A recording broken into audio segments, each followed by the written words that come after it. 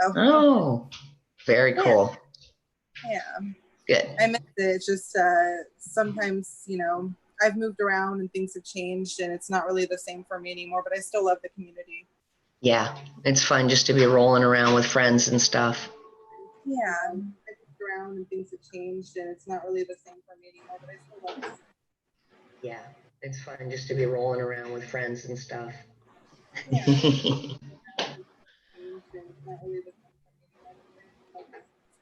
Yeah, it's just to be rolling around with friends and stuff. We're bouncing here. We have some kind of a echo going on, huh? Yeah, I hear that. It's if you're watching the here, we have some kind of a echo going on, huh? I hear that. We're on a loop. If you're watching is the live feed? If you're watching the live feed, is it muted? Is it me doing that? I think so. It's me. Okay, it's me. Live feed. If you're watching the live feed, is it? It's me. Oh yeah.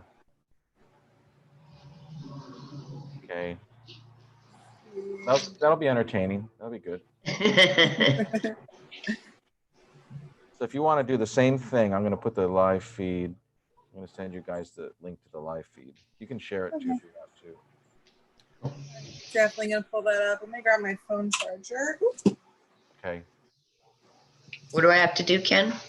Oh, nothing. I sent a little chat out to everybody. It's got a link to the live feed. Oh, okay. So people can watch this live. I guess maybe it's 10-second delay or whatever. Okay. And it'll all be recorded, and I'm going to start the recording as well. I'm so not tech savvy, which has been really hard with the whole teaching thing, right? It was just, I'm just not used to like reaching my kids this way, it was just crazy. Yeah, one day you're in school and then they tell you, I was in a junior college and they told me it was a Thursday. They said, well, that's it. Yeah. We're going to start again on Wednesday. And I said, okay. And in my mind, I knew we weren't. And then that's the last time I saw campus, Yeah. So what is it like to do that, to literally in one moment become an online teacher?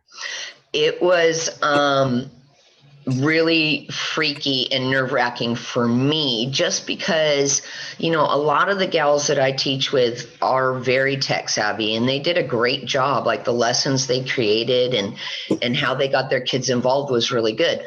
Not having a lot of that expertise, I had to do some quick learning. But I also work with first graders, so the push was more about getting them to learn how to do, Google Meets online, mute their mic and raise their hands and all that business. Wow. But it was also a lot about just emotional socialization for them, to see one another and to see me again and things like that at that age.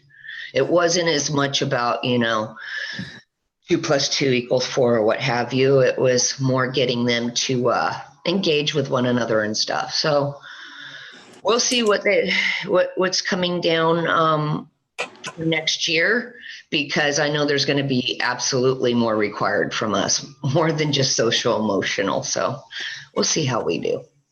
And that's really important, isn't it? I mean, myself, I can only speak for myself, and I am certainly affected emotionally by. Yeah.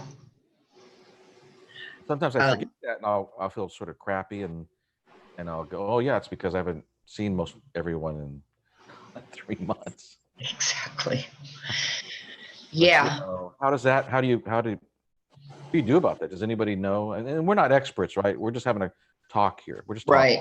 We're just all skaters. We roll on wheels. Exactly. My thing too is like, I tried to create some things, and I'm just, again, talking from my experience from my class teaching, and I did some drive-bys to say hi so they could see me, and they came out, and we did a ice cream social distancing where I set up my truck, and We passed out ice creams and little certificates at the end of the year, because usually we have like a little party like that, but we did it, you know, where it was like a drive-through situation. So I tried to create as much of that as I could to keep that connection going. And there's a possibility we might be looping, which means I'll have the same kids next year, just teaching second grade, which would be easier for everybody because you already know where those kids are at. That assessing kids at the very beginning, like kindergarten, first grade, that's going to be so difficult online. Interesting. Yeah, Where do you I don't teach? know. That's just one of those hybrid options. God only knows what's going to come down, but yeah. Right. Where do you teach at? I live in Long Beach, but I teach in Bellflower. Okay. I worked in the LAUSD for a little bit with AmeriCorps, so I taught in the City Year program, and I Yeah. LA. Totally get it. Yeah. So this is not a show, so you don't have to worry about silence and mistakes and getting up and getting something to eat or Okay, cool. or, you know, I want everybody to be as comfortable as possible. Lorianne is logging in. So we're kind of talking about COVID. So what else about COVID? I wanted to do this talk because I'm so uninformed about COVID, about Black Lives Matters. I thought I knew about those things, and I guess I didn't. Yeah. And so it's nice to talk to other people about those types of things, you know, to get clarity, because I personally believe that for all of us, information is the key. Absolutely. So I have no information, guys. So you have to try to give it to me because I'm clueless. So this isn't a fact, but just my experiences. I'm living in a whole new state than I've ever lived before, and I do know some people here through family or just a couple people through the skate community. But I'm living in Indiana now, and it's been a whole different world being on lockdown just a few months after moving here, because we moved here, there was the holidays, and then suddenly we're on lockdown. And because I'm immunocompromised, I don't leave the house very much at all. So I know that my experience has definitely been very different than some people. Just like your experience has been different teaching, and mine's been very different having to be in a new place and not knowing people. It's been interesting. right. Do you guys know Lori? Lori, do you know everybody here? Hi, I'm L7. What's up? How's it Hey, going? Lori. Nice to meet you. Good to meet you. I know Alyssa. Cool. The COVID thing for me is, you know, I'm so confused by people's attitudes and you know, we're not scientists, none of us are, and some of the things that people want to spout out about as if they're, you know, a professional in those areas. I guess my biggest thing around it is I don't feel like my rights are being taken away by trying to help and guarantee that others are healthy. It seems no different from me than, you know, and I've seen this posted, than, you know, back in the 60s and 70s, you could walk into a restaurant barefoot and shirtless, but you can't anymore.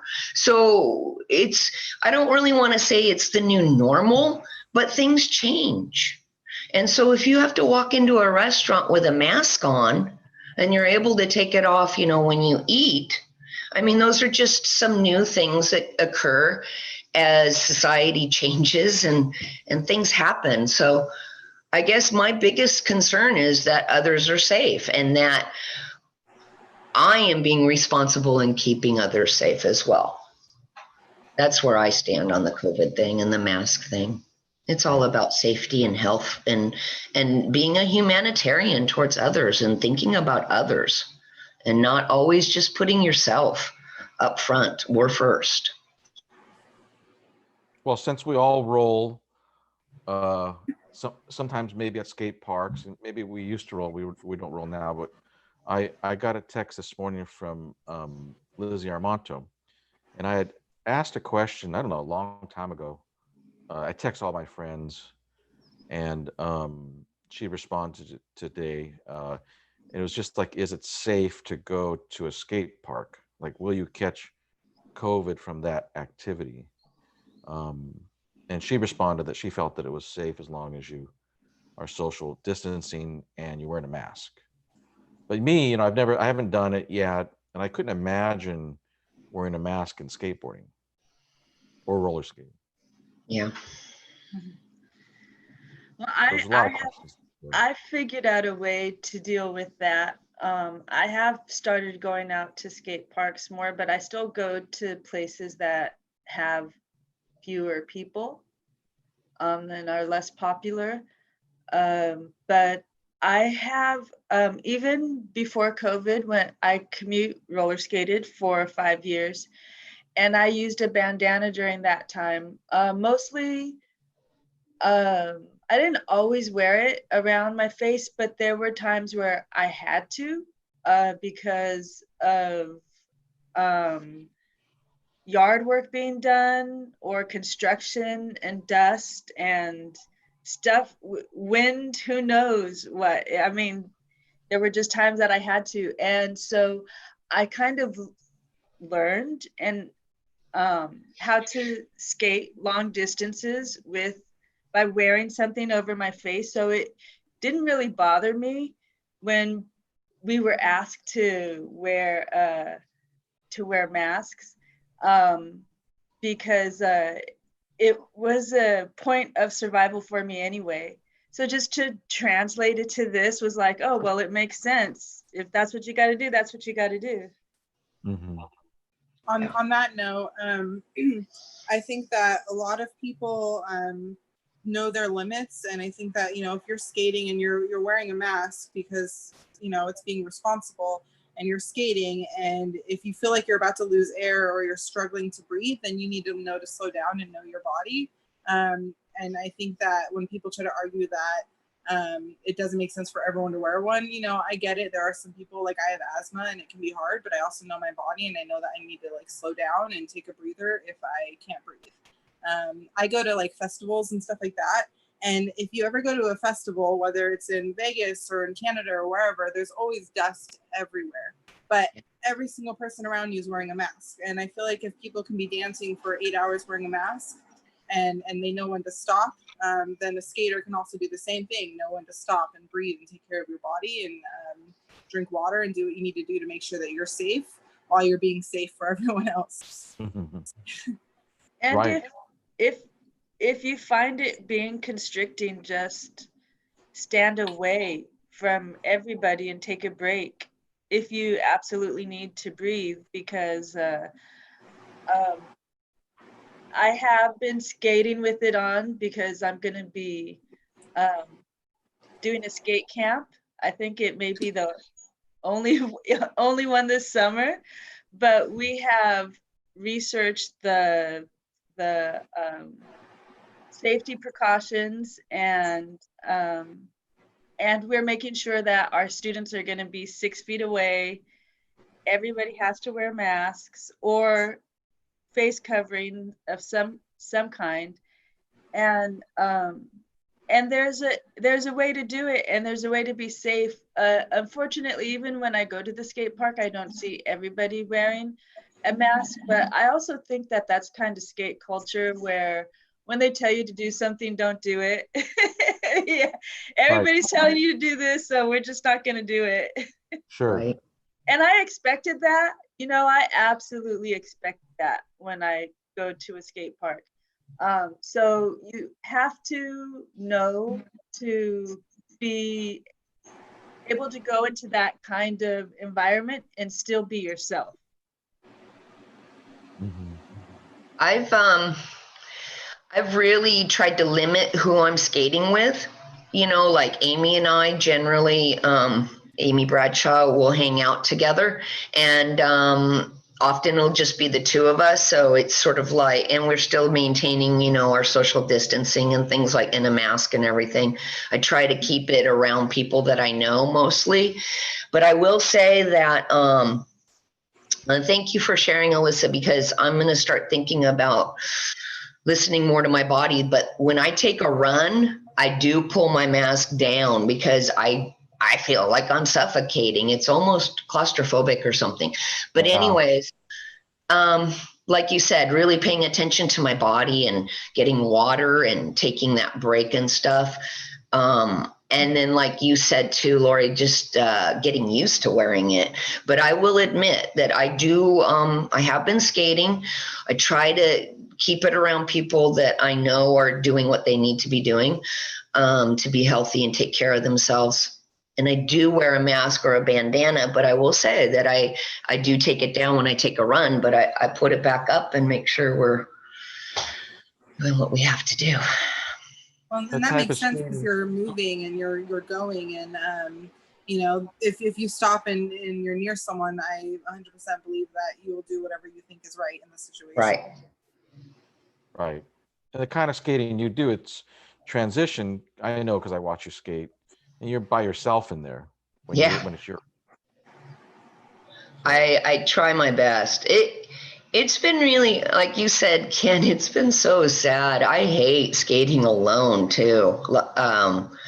That camaraderie, companionship is such an important part. And I'll share that I'm a surfer as well.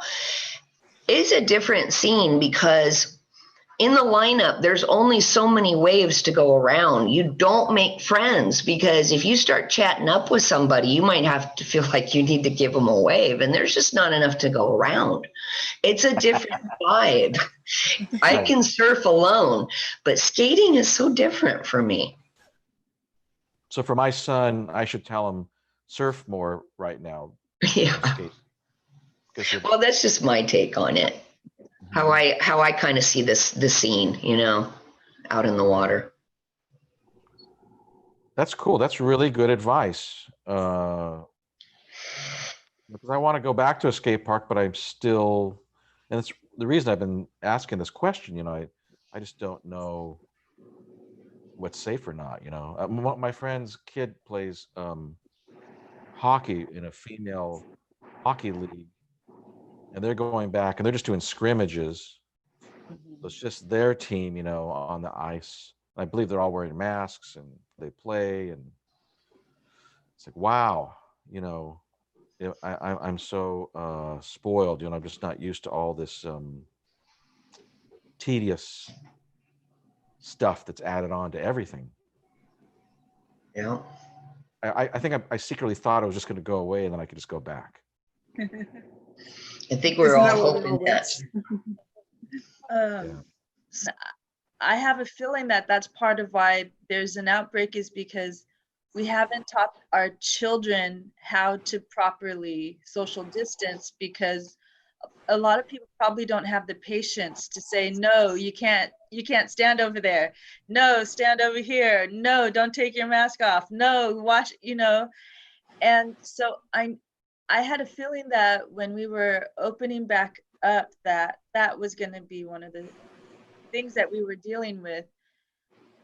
And so I work with a lot of kids, and you know, it's an issue already when you have a group of children, if you're in school or in some kind of activity like a team sport, to try to keep those kids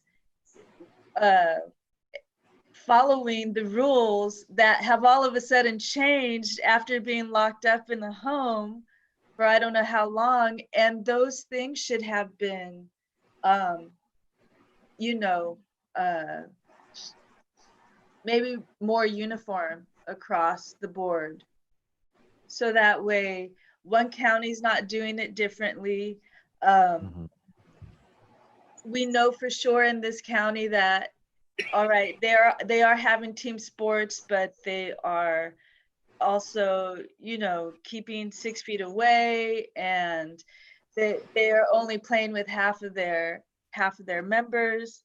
But I didn't see any of that the last time I was out skating, and it's unfortunate that I think that is where a good portion of where the spread is coming, is just from parents not being able to properly teach their kids, or even not having the energy, not having the patience to do it. Just go ahead, go out there. I'm sick of having you in the house anyway.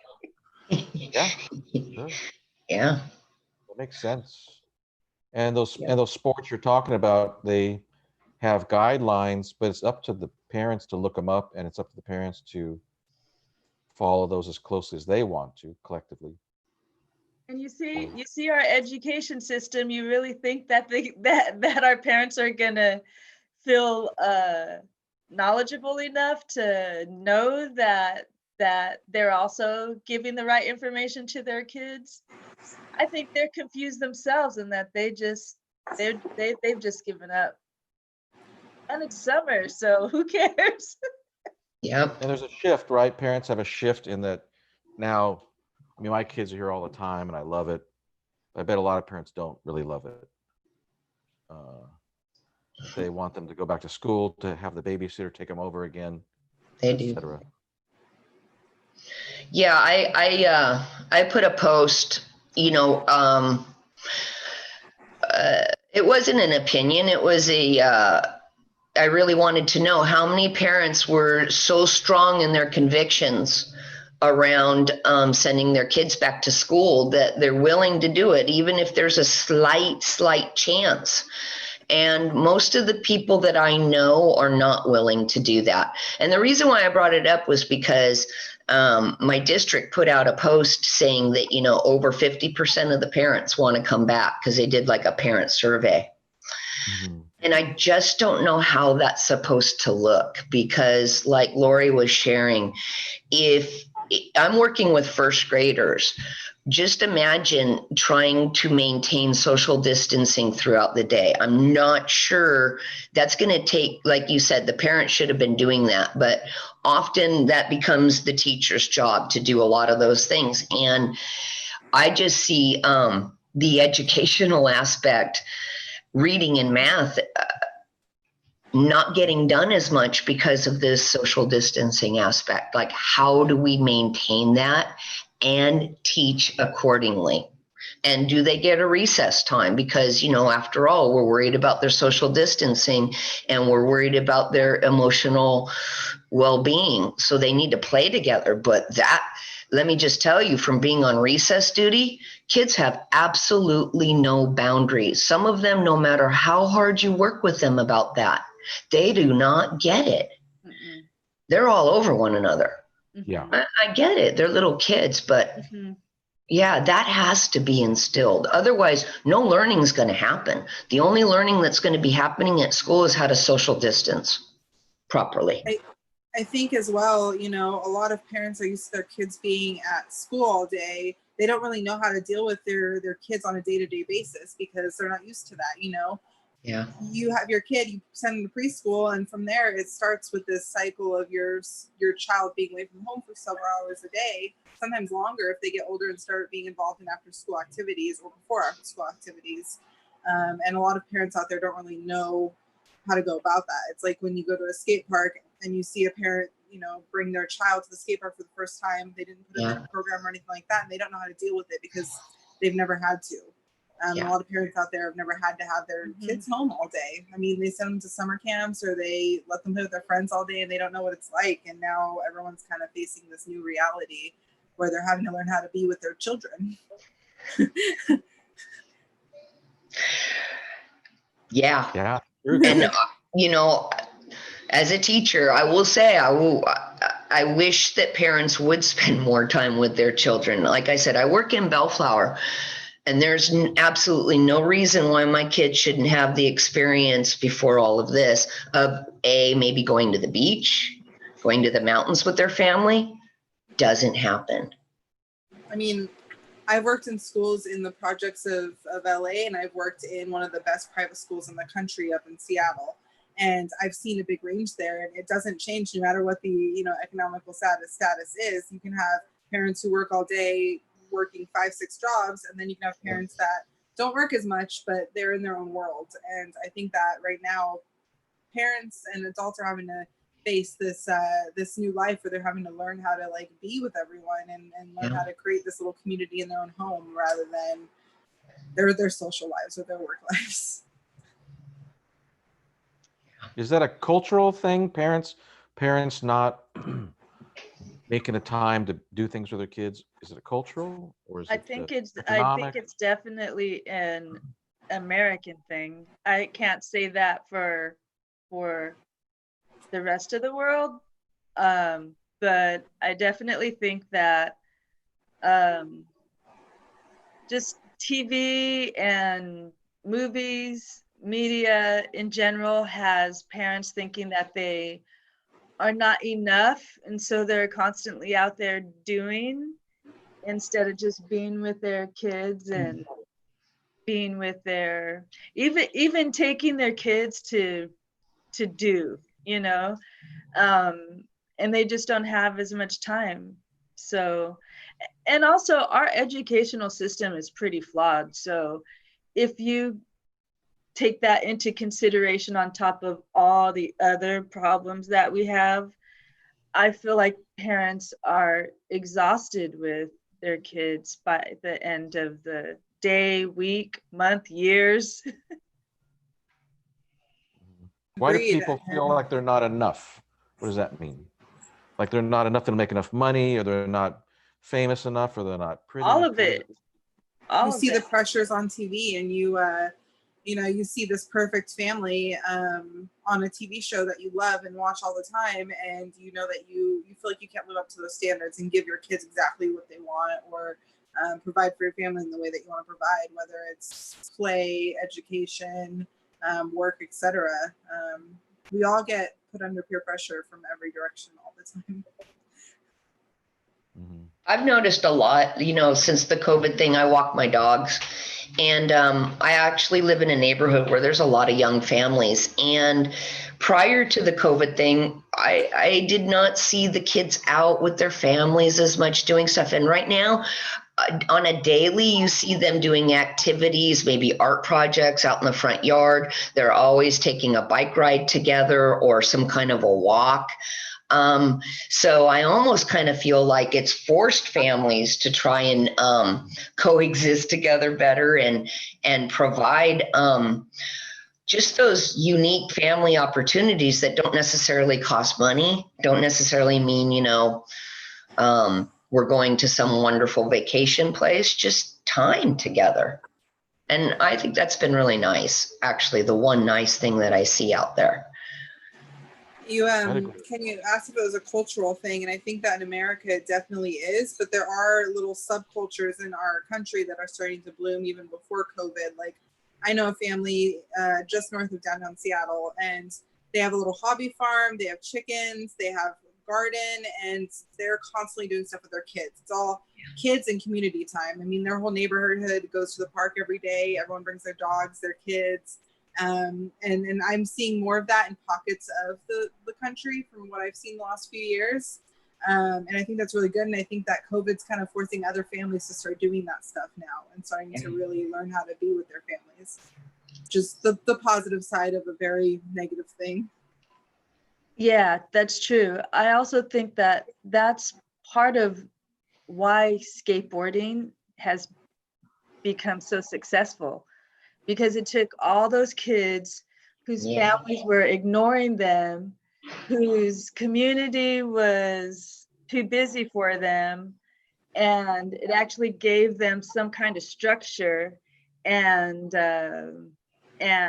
something to be a part of and feel like they were, this is my village, this is my tribe. And where parents, a lot of parents who don't skate, they don't have that kind of sense of belonging, and they pass that down to their kids, and their kids don't have that sense of belonging, and they're just like, I want to feel like I'm a part of something, like I'm being a part of something.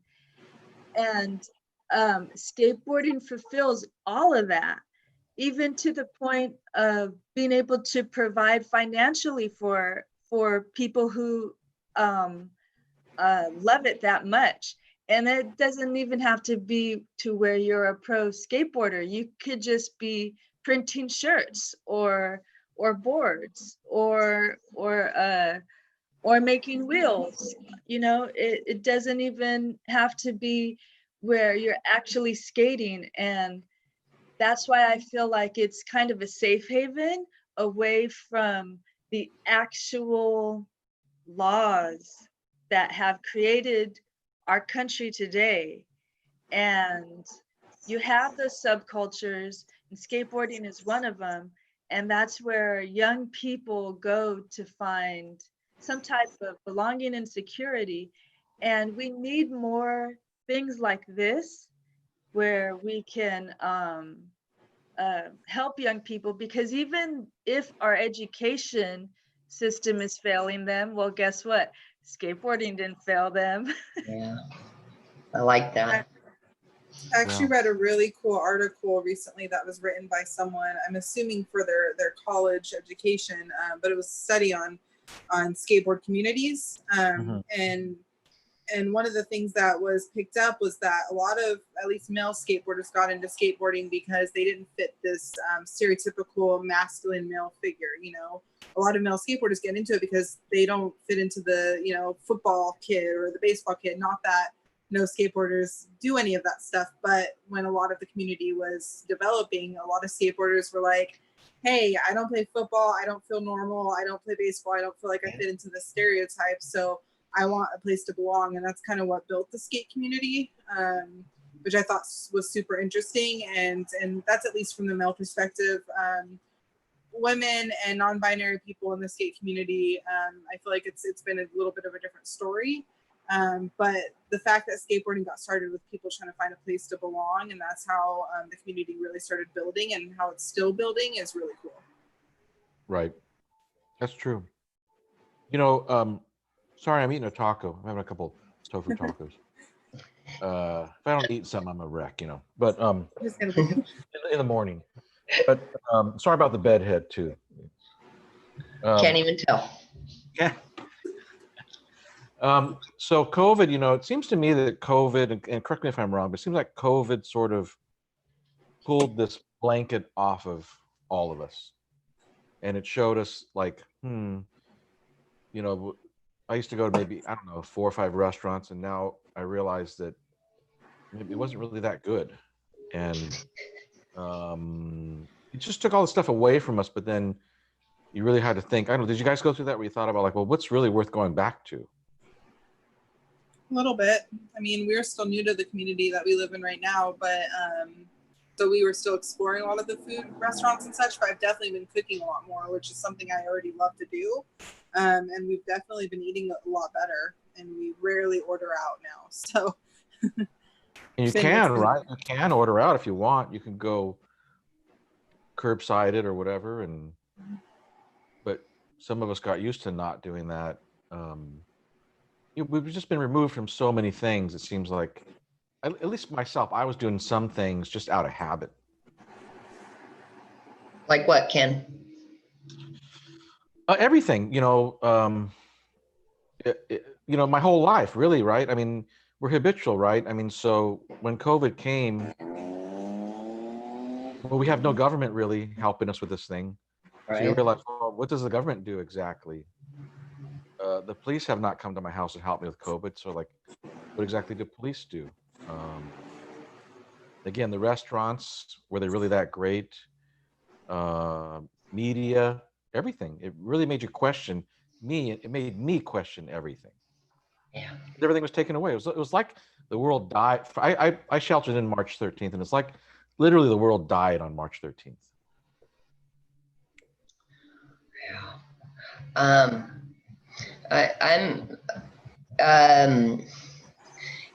I'm questioning everything, and I think it's brought out the worst in people too. A lot of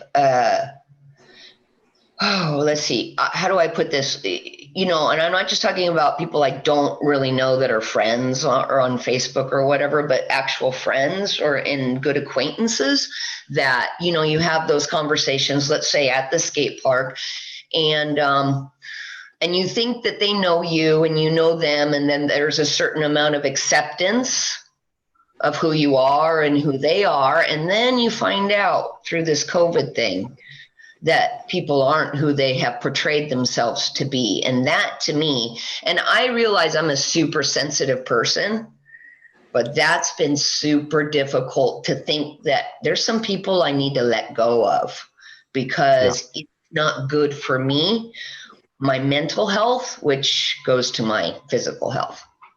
Yeah. That's been a huge thing because I'm a people person. And Lori, I still want to be in that gang. I still want acceptance from those skateboarding. I still want to be part of a crew. I want people to like me. I'll admit it. I wish I was a little stronger in that area, but I'm very saddened by a lot of people right now that I thought were, you know, friends or a bit more mature or worldly, if you will. Same. I felt a lot of disappointment, even just seeing like Facebook posts from people that I thought I knew really well, and are no longer allowed to be a part of my life unless they want to educate themselves and learn how to be more empathetic, understanding of world issues. You know, it's one thing to say something or do something that isn't very great in my eyes, but it's another to realize that you said something that wasn't very great and to go educate yourself on it. And those people are more than welcome to be a part of my life, but the people that refuse to learn and grow and understand that, you know, it's not just you in the world, it's a whole society of people. Those people are, Is it about ideology? Is it because I guess I have a question. Is ideology a stronger or is science stronger? That's a really good question.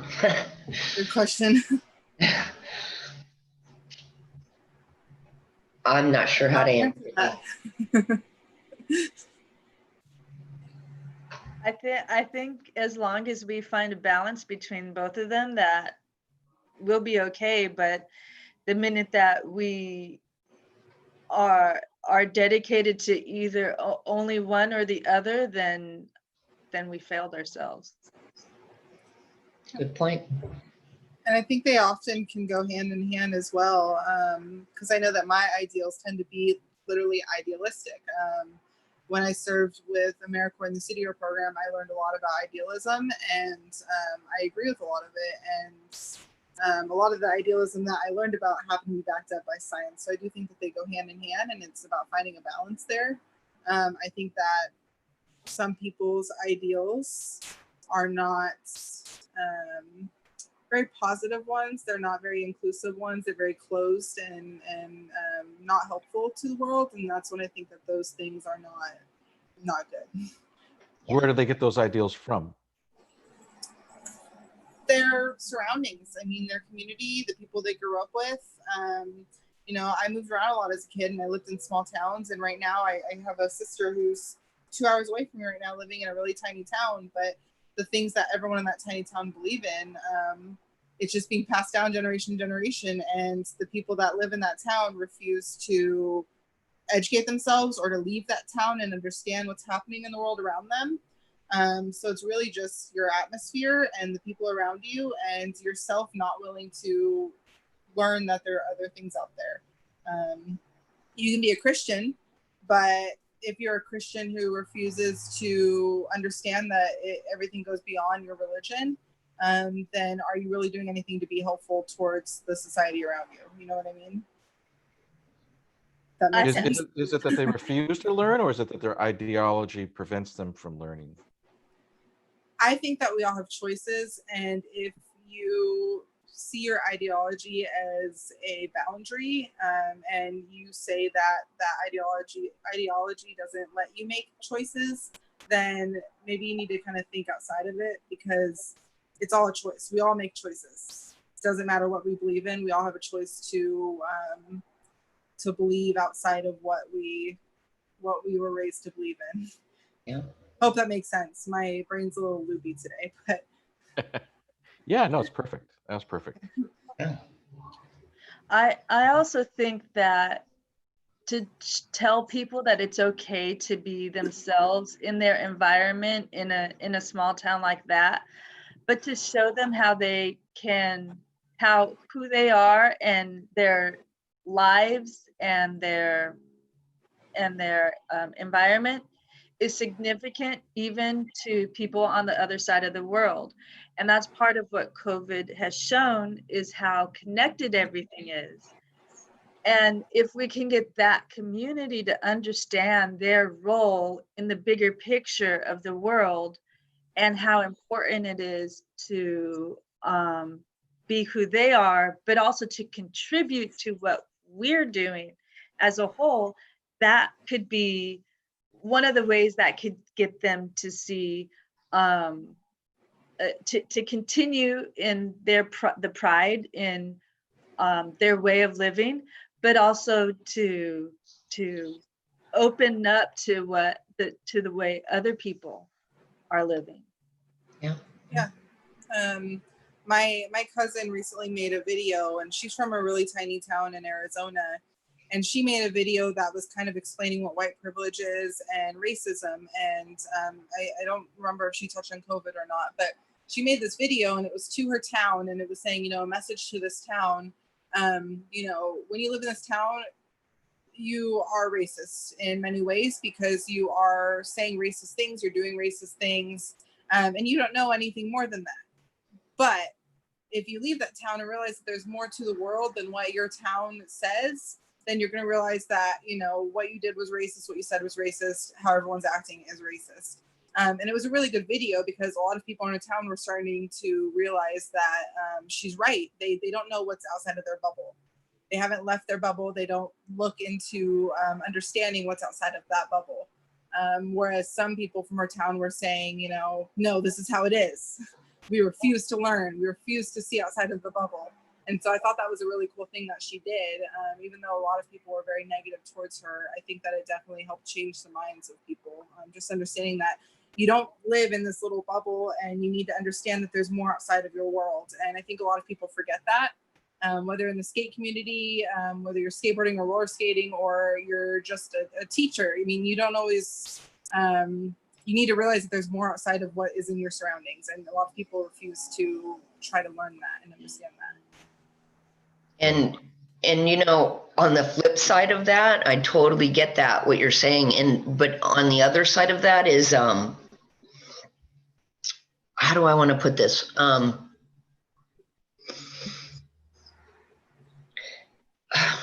Never mind. I don't know how I want to say it. I'll come back to it. Sorry. I'll get you on a different subject. I'm thinking. I'm sorry. I'm thinking like I've been in this Southern California, I guess, bubble, and I thought as a Southern Californian, I understood, a lot of how the world worked, and I realized that just the opposite of kind of what you're saying is that I didn't realize what the rest of our country was really like coming from Southern California. I thought I did, but I didn't until a lot of, our administration and then a lot of this COVID stuff has made me realize like I really don't understand Oklahoma, or I don't understand. Wow, like really? 2020. So I've realized I've been ignorant in a lot of ways as well as to the rest of how our country sees things and feels about things. I've been in this SoCal bubble big time. Mm-hmm. I guess that's how I wanted to put it. Something like that. No, you're absolutely right, because I got a job in Mississippi for a year and a half, and I got to experience like a completely different way of living. And it wasn't just that it was a Southern type of thing, but it was like almost like living in a rainforest, like I commute roller skated through some of the worst neighborhoods across the country. Wow. And in other countries. And I swear, just walking from my car to my house over there was scarier because of the wildlife. And it was a completely different, like, whoa, this is no lights, no trains, no planes flew over us, no helicopters, like bears were around, you know, Have no idea. Clueless about. snakes that were longer than me. And Wow. so that's what was scary. Like, whoa, okay, this is a different kind of scary than what I'm used to.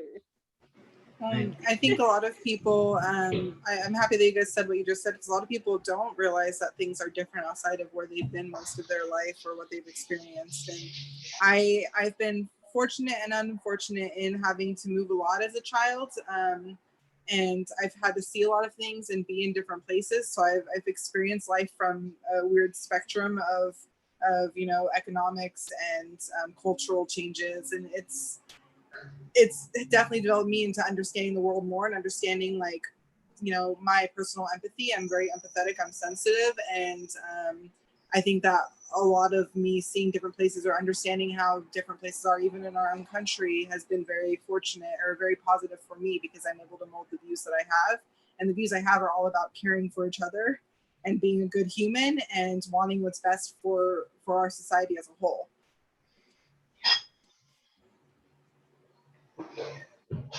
I have a question about COVID. I feel that COVID is a unifying thing as well.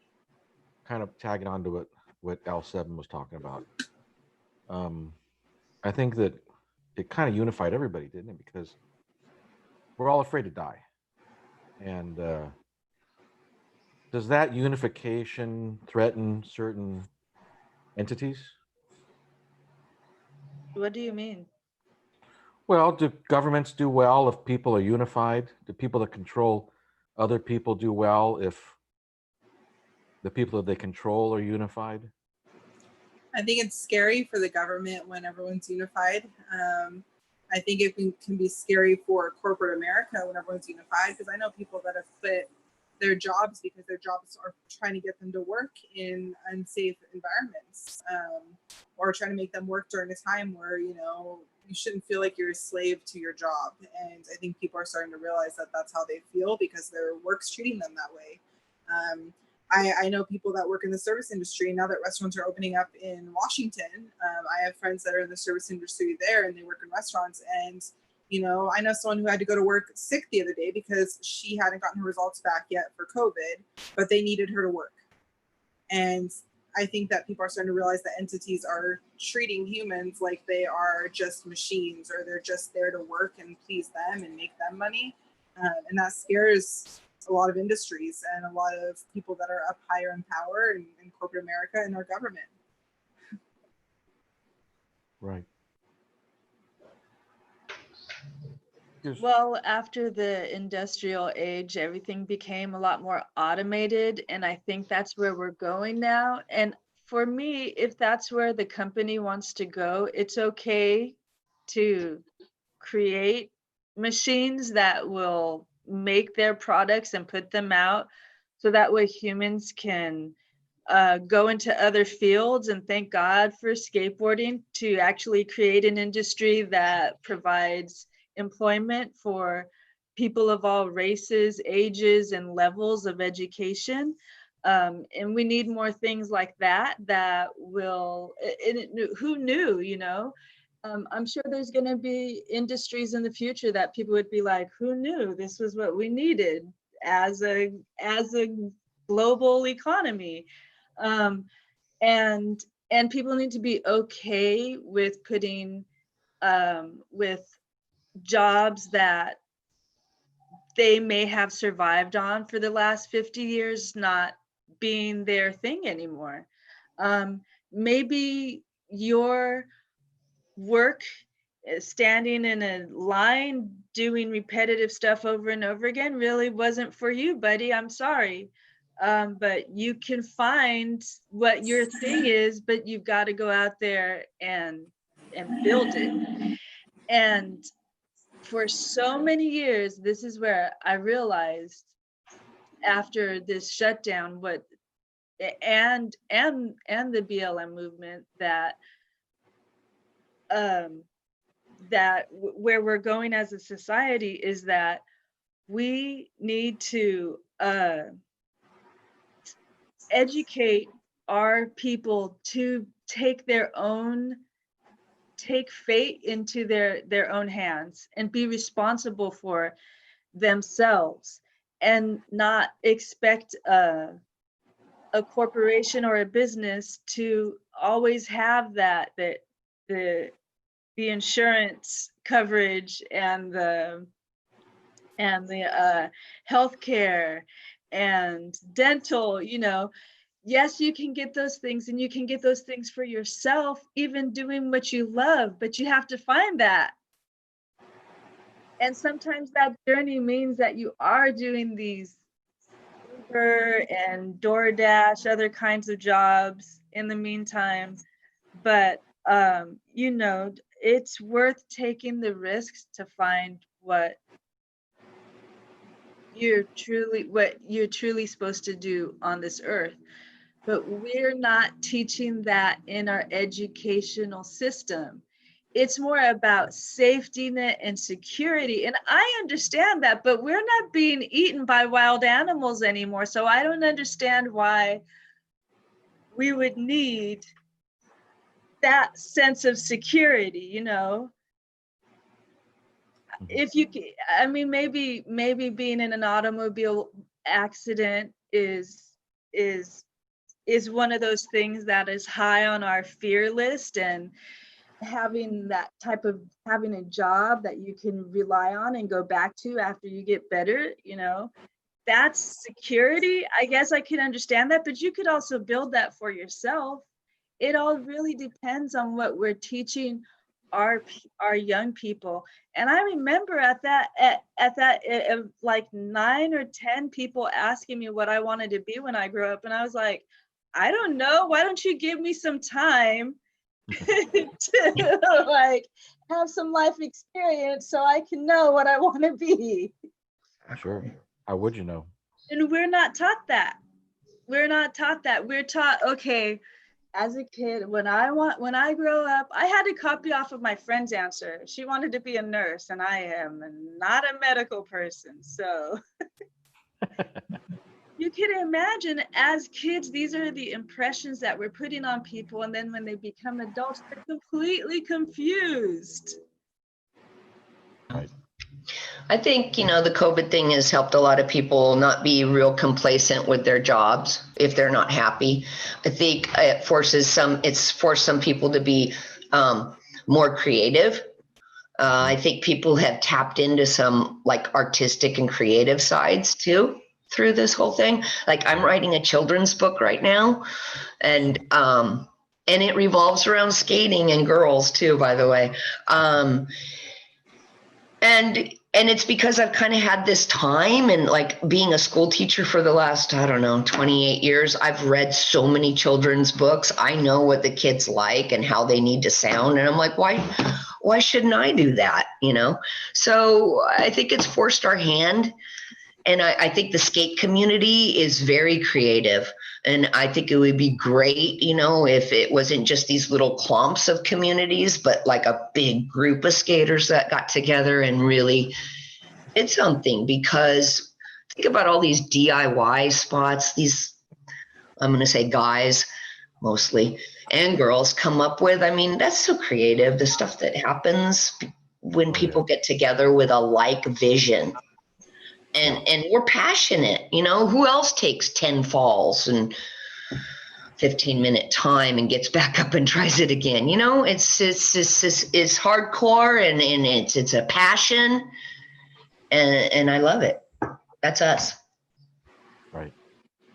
That's killer. That book sounds great. I can't wait to see that. I know. I'm excited. I'm very, very excited. It's going to take a while.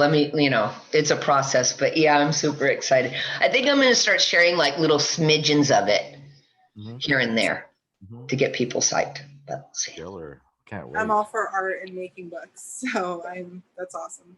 Right. Is a mask. And if you guys know any illustrators, let me know. Oh yeah, anybody who listens to this, let Julie know. Please. Yeah. Please.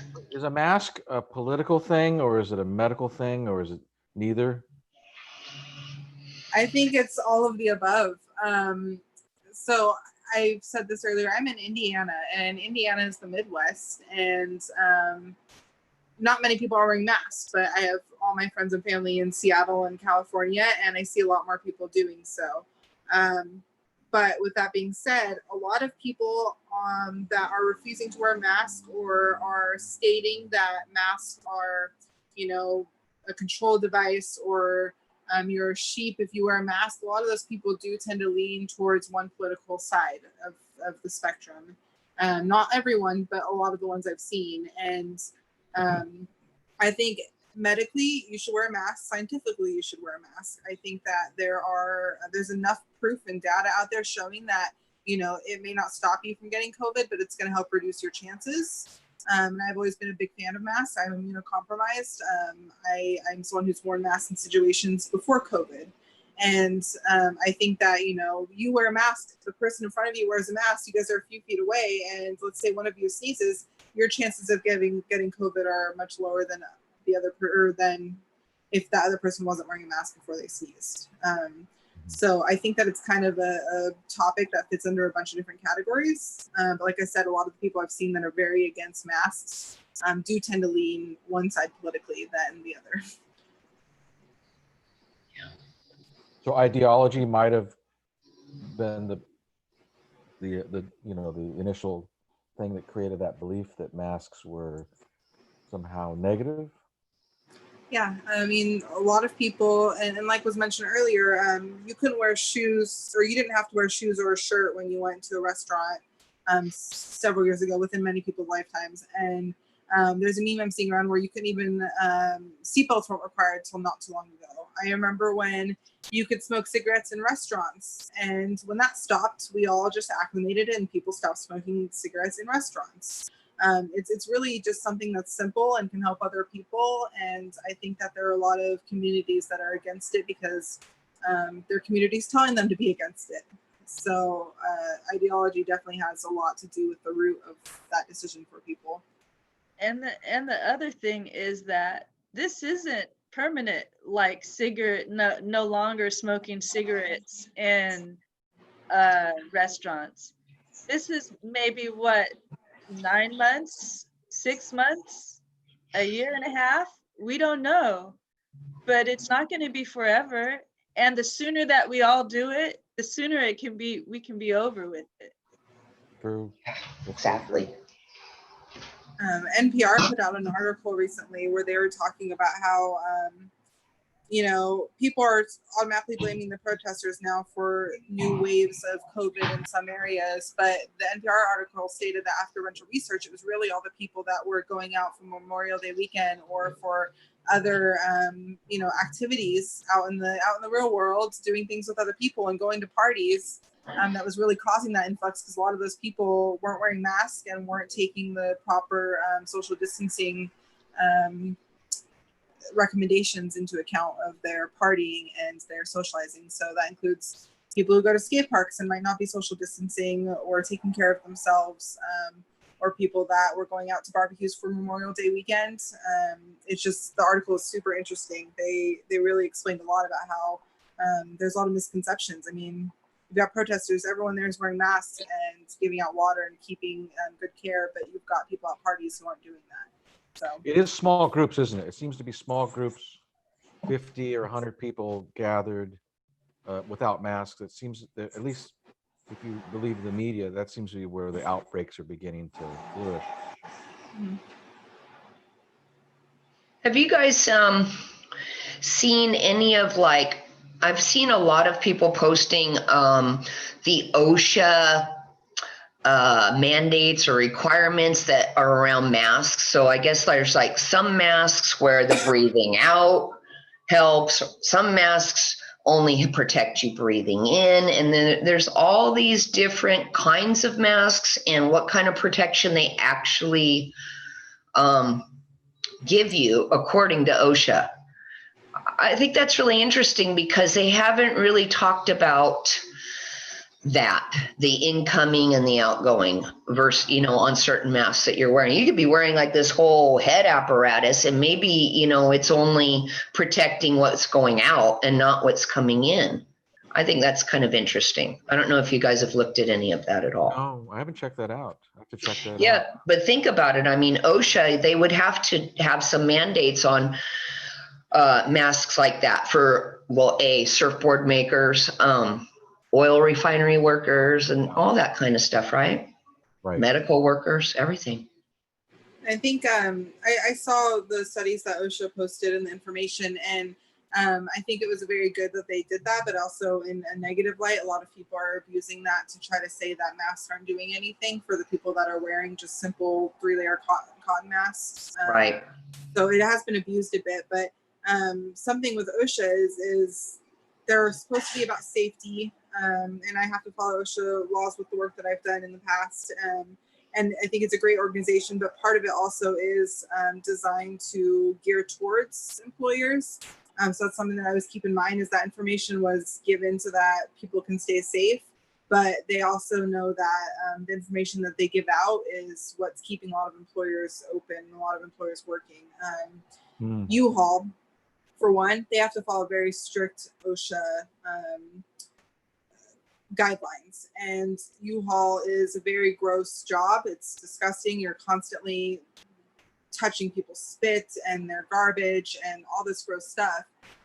But U-Haul itself uses those guidelines to make sure that they can remain open, and they don't really care as much about people's safety as they're acting like they do. You know what I mean? So I think that the tool OSHA is providing is good, but I think that they also are aware that not a lot of companies are using it for the good. They're using it to keep open and to not really care as much about whether or not their employees are following the guidelines. Well, thank God that those guidelines are there, because if not, then it would just be for all like everything else. Agreed.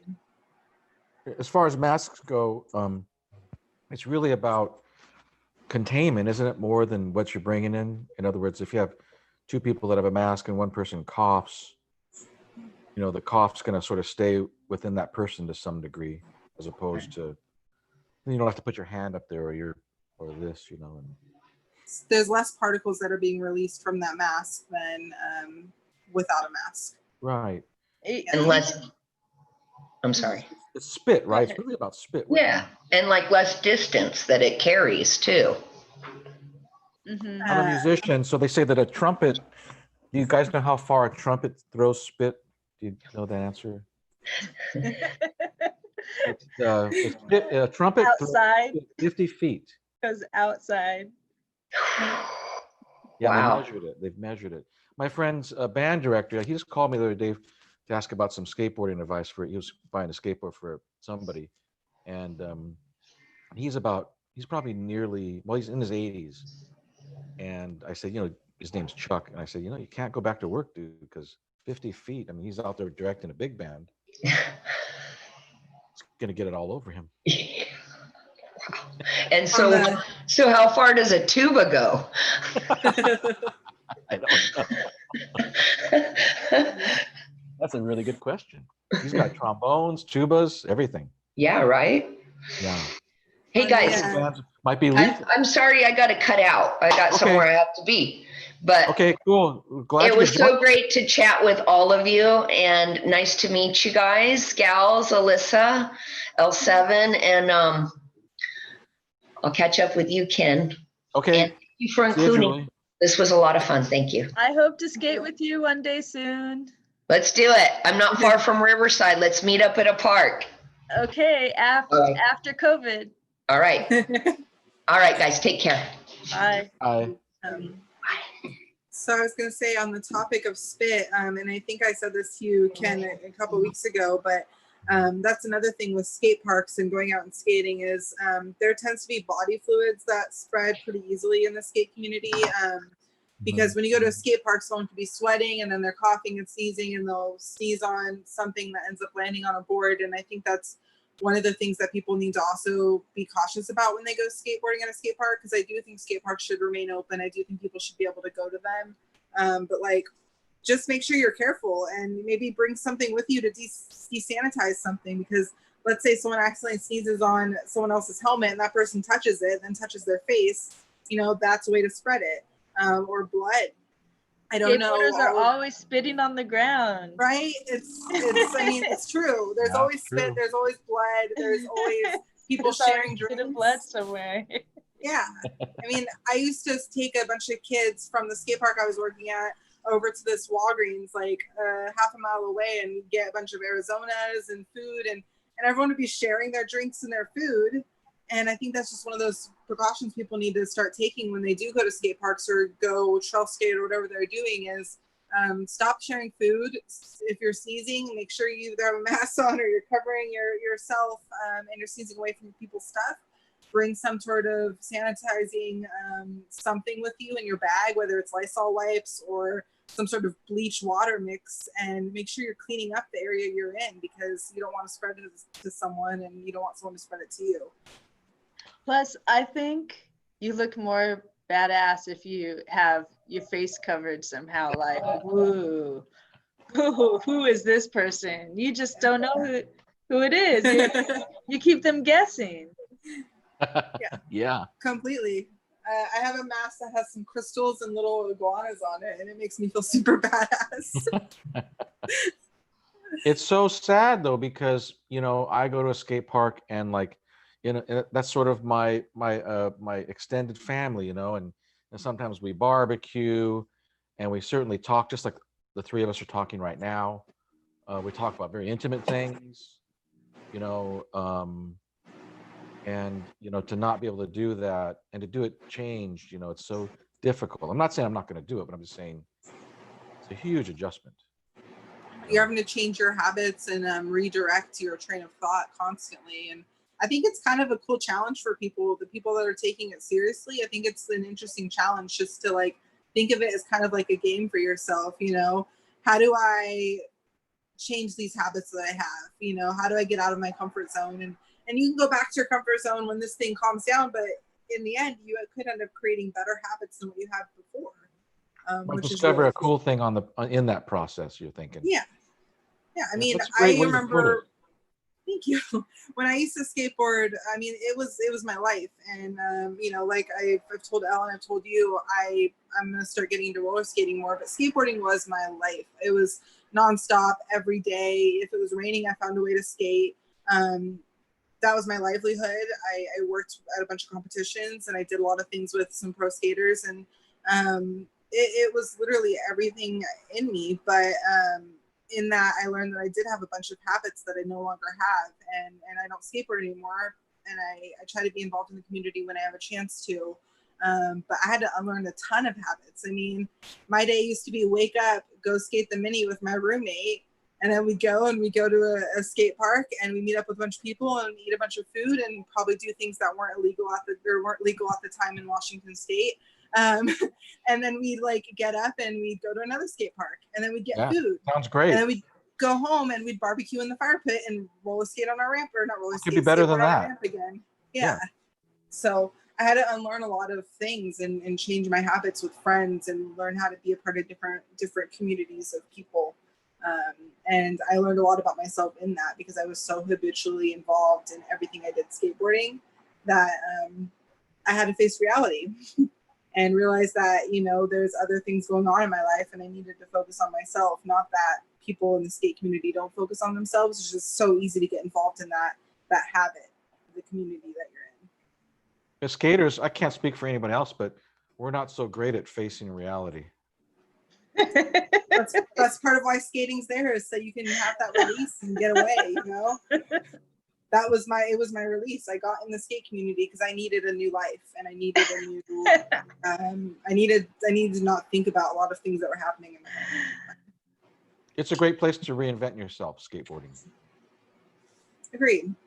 And right now, as we've talked about, there's a major influx of people that are learning how to skateboard, learning how to roller skate, learning how to inline, and bike. I mean, I've been waiting for a bike that I ordered for 3 months now because of COVID. Wow. It's there's a big influx of people, and now there's this whole new community that's being built in the middle of everything that's happening, which it's going to be different. I mean, even if COVID existed and there wasn't a new influx of people getting involved in these hobbies, these sports, these ways of life, I think that it was going to be different no matter what. But now with the influx, it's going to be a whole different world in a few months. You know what I mean? That's cool. That's crazy, and it's cool. Yeah. You know? I know, Elle, you're on some of the same Facebook groups as me for roller skating, and I know that you've seen just as like much as I have. There's all these new people, and I'm one of them. But at least I've had the experience of being around people like you or of Michelle and some other people. So it's been interesting. Yeah, you kind of already know people because of your experience in the skate park. Yeah. In the skateboard world. Yeah, I wanted to say, could we touch on BLM for a minute? Yeah. There's no rules here. You make the rules, L7. Well, you know, I wish that we had you know, some more voices here involved with us, but I'll do my best considering. Yeah,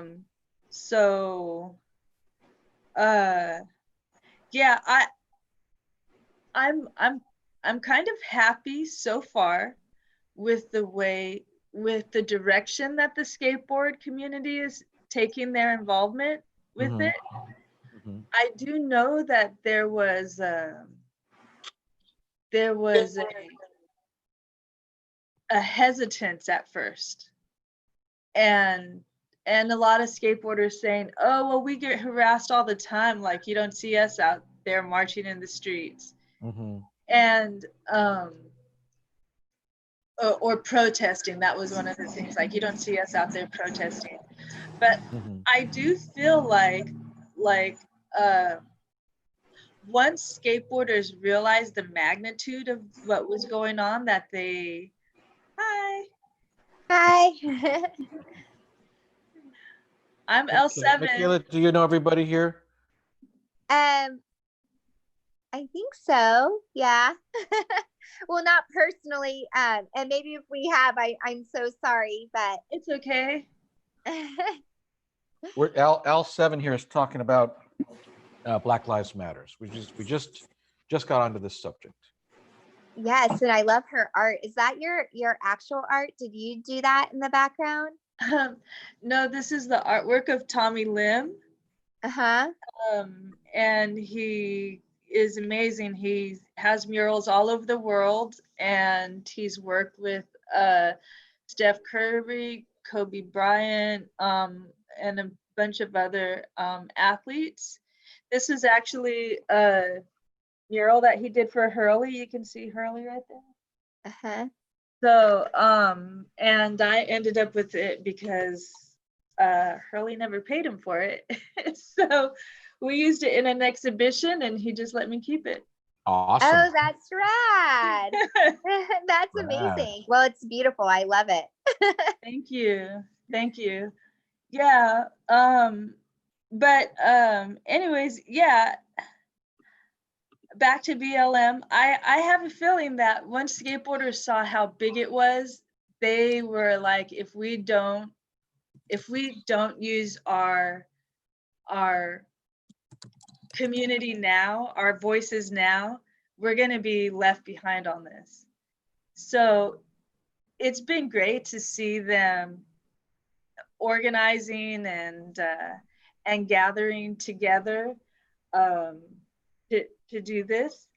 I just wish that it could have been from the beginning. You know, I feel like some of the skateboarders were like, well, we don't know if we want to be involved in this, and we don't know. And, you know, it was like a huge hesitation, at least for a week or two. And even, I haven't even been out there on those skates, but you know, the street protests. But I haven't went because I'm being careful for my skate camp, and I don't want to. Hey, If there was no COVID, I'd be out there all day, every day. But so I actually am appreciating the people who are going out there in mass numbers and doing it. I just wish that they would have been there from the beginning. Well, And how would it have been different if they were there in the beginning? How would it be different? I feel like more skateboarders on other continents would be bigger. I think it would be bigger. This was kind of like a slow start, and there are some other groups in some other countries, but it's not massive. It's not like just what happened with the protests is when they started here, it just kept getting bigger and bigger and bigger and building, and then it was worldwide and global, and people were marching all over the world. And I feel like if we had some kind of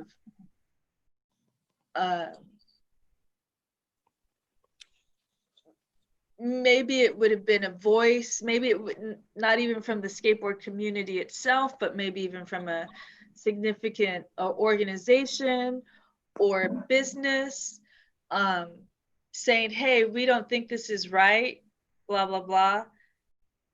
Then some skateboarders would have been like, oh yeah, you know what, that really sucks. Yeah, we don't agree with that. Yeah, we know what it's like to be harassed by cops. No, we don't want to support that. But instead there was this like hold. Everything was on hold until it became global. And then they're like, okay, well, now we're coming in and we're going to do something about it. Mm-hmm. So Right. Is it because it's a U.S. thing? The Black Lives Matters is a African American history subject.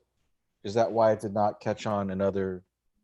no, I mean, when it came to protesting, the protesters were out there worldwide. I'm talking about the skateboarders, you know, Right. the Right. skateboard communities.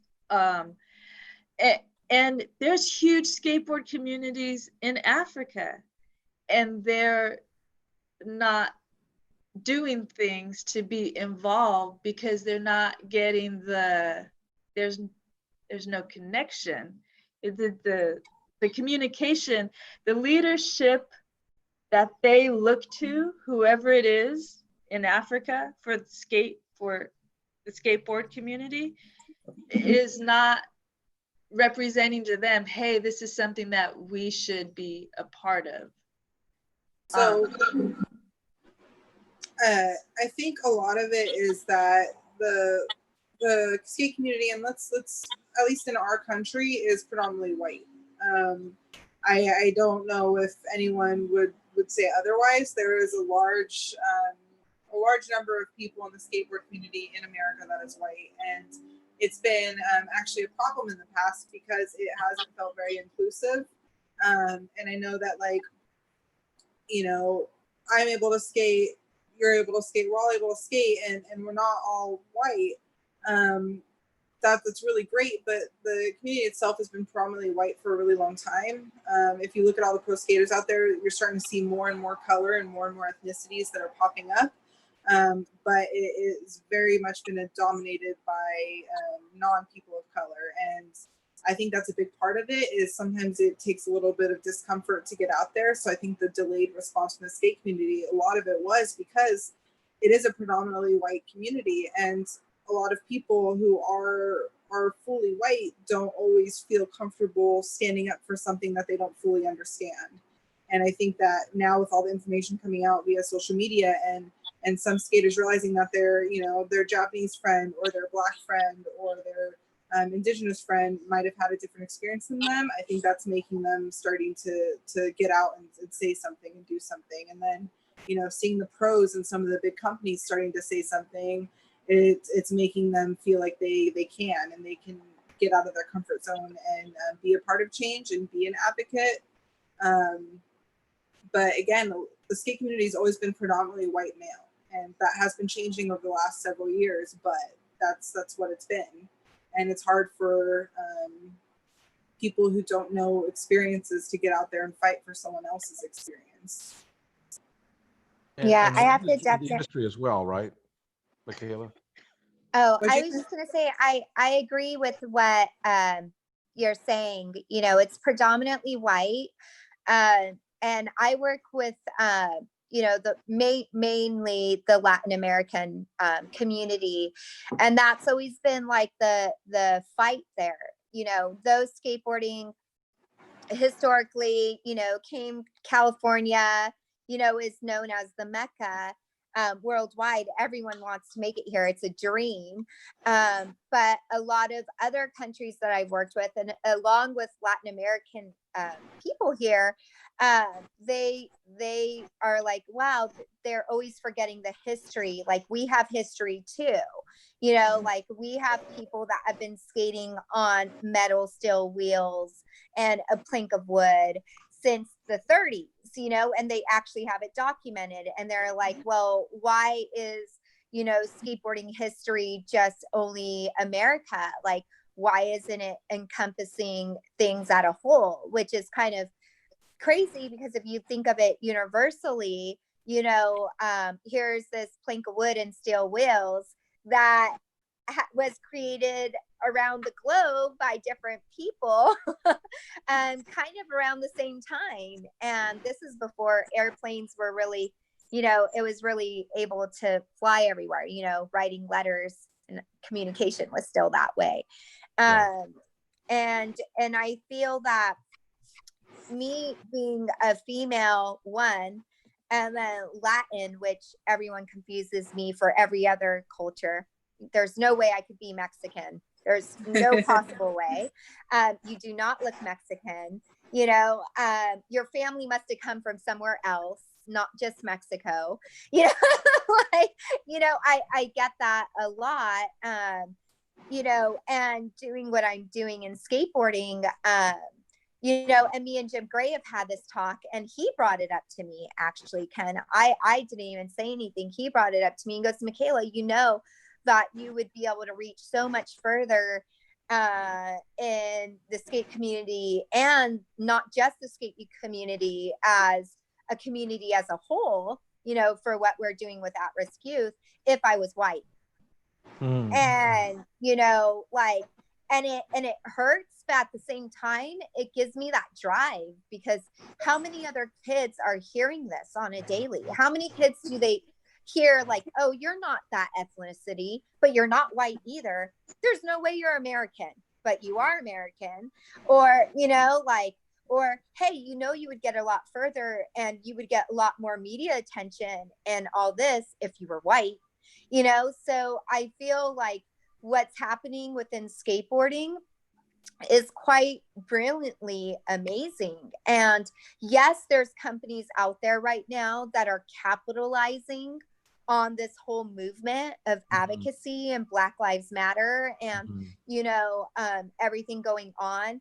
But with that, I have to think of it as a blessing, you know, that it's opening these doors of people noticing. And I mean, now it's from like Black Lives Matter to Latinos and Latinas speaking up about what's happening, to the Native Americans now being like, hey, like, we understand that Black Lives Matter, but Native American matters too, you know, and it's just opening up this doorway of understanding, you know. If anything comes out of it, like, I come from a special education world, so our slogan is fair isn't always equal, you know, which is really a hard concept to understand. You know, fair isn't always equal, you know, but I'm not talking about, like, of course, in a utopian society, equality is, you know, and I might get slandered for this, but what a beautiful thing. You know, for me, my biggest hardship is going to bed at night knowing I had food and there's a child out there that doesn't have any food. You know, like, so that's what eats me up alive at night. But understanding that there's so much more movement here for diversity, and understanding that, you know, we are all one. You know, that's the biggest thing, and understanding the differences and privileges, and being open to what you as a person are able to encompass and facilitate, I feel is super important. And if that message is being thrown out there and people are moving, and if there's a way to even get more skateboarders out there to advocate, you know, through positive messaging, why not? You know, like, why not? Completely. You touched on history, and there was a video I watched recently that was Estrogen from the roller skating community. She made a video that was talking about the history of roller skating a little bit. And one thing that she clarified was like, this is not the world's history of roller skating. This is just the history that I know in this country of roller skating. And I think that's the same with skateboarding, is a lot of us know the history of skateboarding in this country, and we don't really get to see outside of that bubble to understand the history of skateboarding as a whole. You know, most of us know, oh, they took some roller skate trucks and wheels and put it on a little mini surfboard, when in all reality, there's a lot of that happening all over the world in different ways. You know what I mean? Yeah, so I think it's great that you touched on that. And Michaela, it would be great to put together something to share that. You know, I'd be very interested in hearing that story about how, because I've always believed that. As a matter of fact, the large reason I began to do these Zooms is because I believe that skateboarding was bigger than the skateboard industry in California. You know, I believe that wheels on a urethane wheels and trucks on a board or under roller skates, you know, it's a sort of a magical thing, and that really probably isn't owned by anyone. And so it'd be cool to see what you're talking about with the origins of skating in other places. I would love to see. Should we start a project, Ken? Yeah, I mean, that'd be really a really neat thing to see and to hear people talk about it. If they, you know, and if it, you know, I don't speak Spanish, so you might have to really help out on that. But it'd be interesting to get those stories down, is what I'm trying to say. Yeah. You know, because I'm interested in skateboarding. I don't really care who thinks they owned it or owns it now. You know, I think skateboards are kind of a miraculous little thing, that device. Yeah, it saves lives. It's gonna outlast a lot of companies. So Yes, exactly right. People take it back. You know, the companies need skateboards. You know, skateboards don't need companies. I think that it's such a cool community too. And speaking of talking about Black Lives Matter and understanding that there's all this happening with different Oh, she froze up. You froze up on us. maybe she has to restart her computer. Somebody's using the cable in her neighborhood. Somebody's being selfish with the cable. You have to go to a call, Michaela. You have a call at, you said 11:30. I have to hop off. Yeah, I have about 5 more minutes, and then I can hop back on if you guys are still here talking. Okay. Well, it's good to meet you. Where are you located at? Oceanside now. Oh, cool. My mom has a beach house in Carlsbad, so when this chills out, we can connect. Yeah. And we are doing another event. Ken. It's going to be the first weekend of August, and at Prince Park in Oceanside. So it's kind of a low key, we kind of release it the day before type of thing, and it's for the kids. And you know, like I said, the last event I teamed up with Prince Park is his Instagram, and just hearing and knowing and learning the stories of about 80% of the kids that were skating that day was pretty heartfelt. And so we're going to go back and just so you know, that it was a lot of them were homeless and foster kids. So we're going to go back and kind of bring some stuff and hook the kids up again. I was really surprised with the shoes that they were wearing. Some of the shoes were worse than I've ever seen traveling. And Wow. that's in our backyard. Wow. And it's not from just skateboarding. It's because they literally have been wearing these shoes for 2.5 years. So, yeah. So that's the whole mission behind that one. Because even though we're dealing with COVID, some of those kids are dealing with it a lot worse. So, yeah. Because of the situation they're living in. Yeah. So what's the name of your organization, Michaela? It's Poseidon Foundation. Oh, okay. Yes. I've heard of it. Cool. They've been around forever. Good to officially meet you. I have never officially met you. Thank you. You've never I met guess Elle? virtually meet you. Thank you. That means a lot. I'm sure you guys have crossed paths on a skate park. At least once. Possibly. I'm the art hustling roller skating ninja. Oh. So you'll know me by that. Oh, nice. Art hustling ninja. Roller skating ninja, yeah. Roller skating. Can you give me a little background on the art hustling part? Well, as you see here, this is part of how I hustle other people's art and I make art. So yeah. Oh my gosh, that is so awesome. Yeah. So that's what you do for a living, is your artwork? No, I actually help kids with incarcerated family members or who are at risk of incarceration find mentors.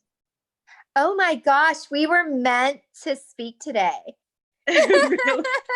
Really? Yeah. Those are some of the kids that are at Prince Park. Really? Wow. Yeah. That's awesome. Yeah, I'm totally down to do something and collaborate. Okay, cool. Thank you, Ken. Yes. And That's what this is all Alyssa. about. Hi, I'm back. You're Yay. Alyssa's back. Oh my gosh, it was awesome meeting you too. Thank you for the invite, Ken. And I'll check back if you guys are still here. If not, Okay. I really hope we get to communicate. I'll go in the chat right now and give you my email. So yeah, I'll put my my IG.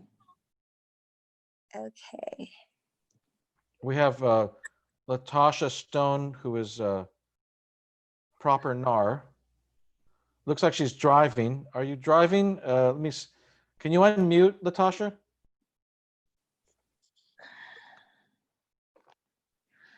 There you are. Are you? Yeah. And then through there I can connect to you. I wanted to tune in and on Facebook. to see if I could get in before everything was over. Thank you. Yeah, I'm driving right now. Are you driving to your place or are you driving to your appointment? I'm driving to my house now. Oh, cool. But if you guys are going to be on for a while, I can get off and then come back. Don't crash the car. Go home and call us back, all right? Yes. All right, I will. Yes. Call back. She's from her company's Propergnar, and they do really cool clothing. Really? What? Yes, That's rad. Mm-hmm. Man, I can't wait. Yeah. I've never met her before. Oh, cool. I might have heard of her company like in passing, but not. Yeah, I've photographed some, for her a few times, and I've met her only through, messages and Messenger and all that stuff. Never seen her, never talked to her. So. Yeah, I think I've heard of the company a couple times. But since I don't know what happened, I froze and disappeared. You froze right when you started. We didn't hear anything. It's literally the first words you said. Nothing else was transmitted. I don't know what happened there. My Wi-Fi is going, I don't know. But okay, so what I was saying was I don't know a single skateboarder or roller skater or any sort of skater that likes to stick to one place to skate. You don't go to the same skate park every day and talk to the only like 3 people that you know, and that's it. Every skater I know likes to go out and hit the streets. They like to go travel. They like to go to different parks, and you meet different people. I mean, I used to have a couple friends that would travel to Seattle just to hang out with me and skate with me. And I would go and travel places and see them. And I think that that's why advocating with BLM and accepting of other people and equality and such are really important, because you do have a chance to reach many, many people from different different communities. And I think that's really important. I mean, I've learned a lot from people that weren't necessarily from the skate parks that I worked at in the town that I went to middle school and high school in. Just like I'm sure all of you guys have met people from all over. I mean, Elle, I met you, I think, at like Green Lake Skate Park after seeing you on Facebook. Ken, I think that I have you as a Facebook friend because I used to be pretty good friends with Lizzie, and I know her and her mom, and that's how I think we became Facebook friends several years ago. Yeah. So I think that it's such an important conversation for other skaters to have with each other, because we all talk. I mean, I know guys who skateboard who don't talk about their feelings with anyone but the people they skateboard with. True. And I feel like having these conversations that feel very intimate sometimes are important to have with each other, because it's not all just about skating. I mean, the skate community, it's more than just the action of skating. It's the love of the people itself. I didn't skateboard just because skateboarding made me feel free. I skateboarded because I found a family that I didn't really feel like I had for a long time. Yeah. So I, just wanted to put that out there. I think it's important for people to have these conversations. How could skateboarders do, advocate for Black Lives Matter, better than they are right now? Just having an open dialogue, and if you're a skater who doesn't know what it feels like to be oppressed or doesn't know what it feels like to be discriminated against besides for skateboarding, I feel like you should be open to hearing what your friends are saying. I've seen some skateboarders that I know of post on Facebook about how they don't believe that BLM is a good movement because they've been oppressed by police officers when they've been skateboarding. But what did they do? They went and cleaned up their act and started dressing nicer. And I think that's such an ignorant thing to say. And there's been too many skateboarders I know saying that. And what they could be doing is turning around and saying, you know what? I felt some sort of pain for just being a person who skateboards, for just loving a sport. I felt some sort of pain for that. And instead of, judging you for your pain, I want to understand your pain. I want to understand where you're coming from and hear what you have experienced. And I think that it's really that easy. You just talk to your friends and ask them what they've experienced and try to understand how their lives have been affected by different forms of prejudice. And as a girl skater, I think women in skateboarding has definitely made more of a presence in the last few years. But when I was skateboarding, I didn't fit a certain type of mold, and I was very happy I still had a community for it, but I didn't fit a certain type of mold as a girl skater, and I definitely got judged for it. And instead of what is that mold? What mold are we talking about? So there's like 2 types of girl skaters that I feel like were more popular. They're the ones who were amazing, incredible skateboarders like Lizzie, who can be one with the boys and just kill it. And her whole thing is she doesn't want to be the best girl skateboarder. She wants to be the best skateboarder. Yeah. And there's that attitude. But then there's the girls that are just like they kind of have the punk thing about them. A lot of girls in like Skate Like a Girl I know were like that. They're very much like a little more rugged and anarchy life, and I don't know how to explain it, but I didn't fit either of those molds. I'm not an amazing skateboarder. I'm an okay skateboarder. I was the kind of girl who in high school was involved in every club I could be in because I didn't want to be home. I was very talkative and out there, and I definitely didn't fit in this, like, I wasn't an incredible skateboarder, and I wasn't in this whole like punk anarchy type thing. And I guess there's another type. There's the girls that skateboard that are drop dead gorgeous. I'm not a model. I'm not like this perfect figure. I was just kind of this outsider skateboard girl, and I fit in with people after they got to know me.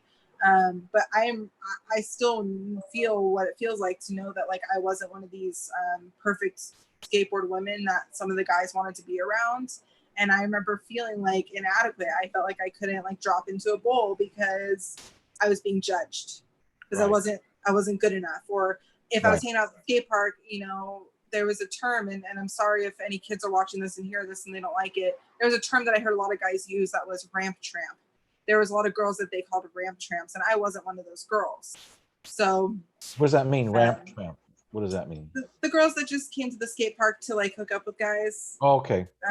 You know, we've all seen girls that do that, and I wasn't one of those. I just didn't fit into these little molds that I feel like the skate community was creating for women, and I still found a community within it. But I remember feeling like scared to skateboard sometimes because I felt like I wasn't good enough to fit in with the guys.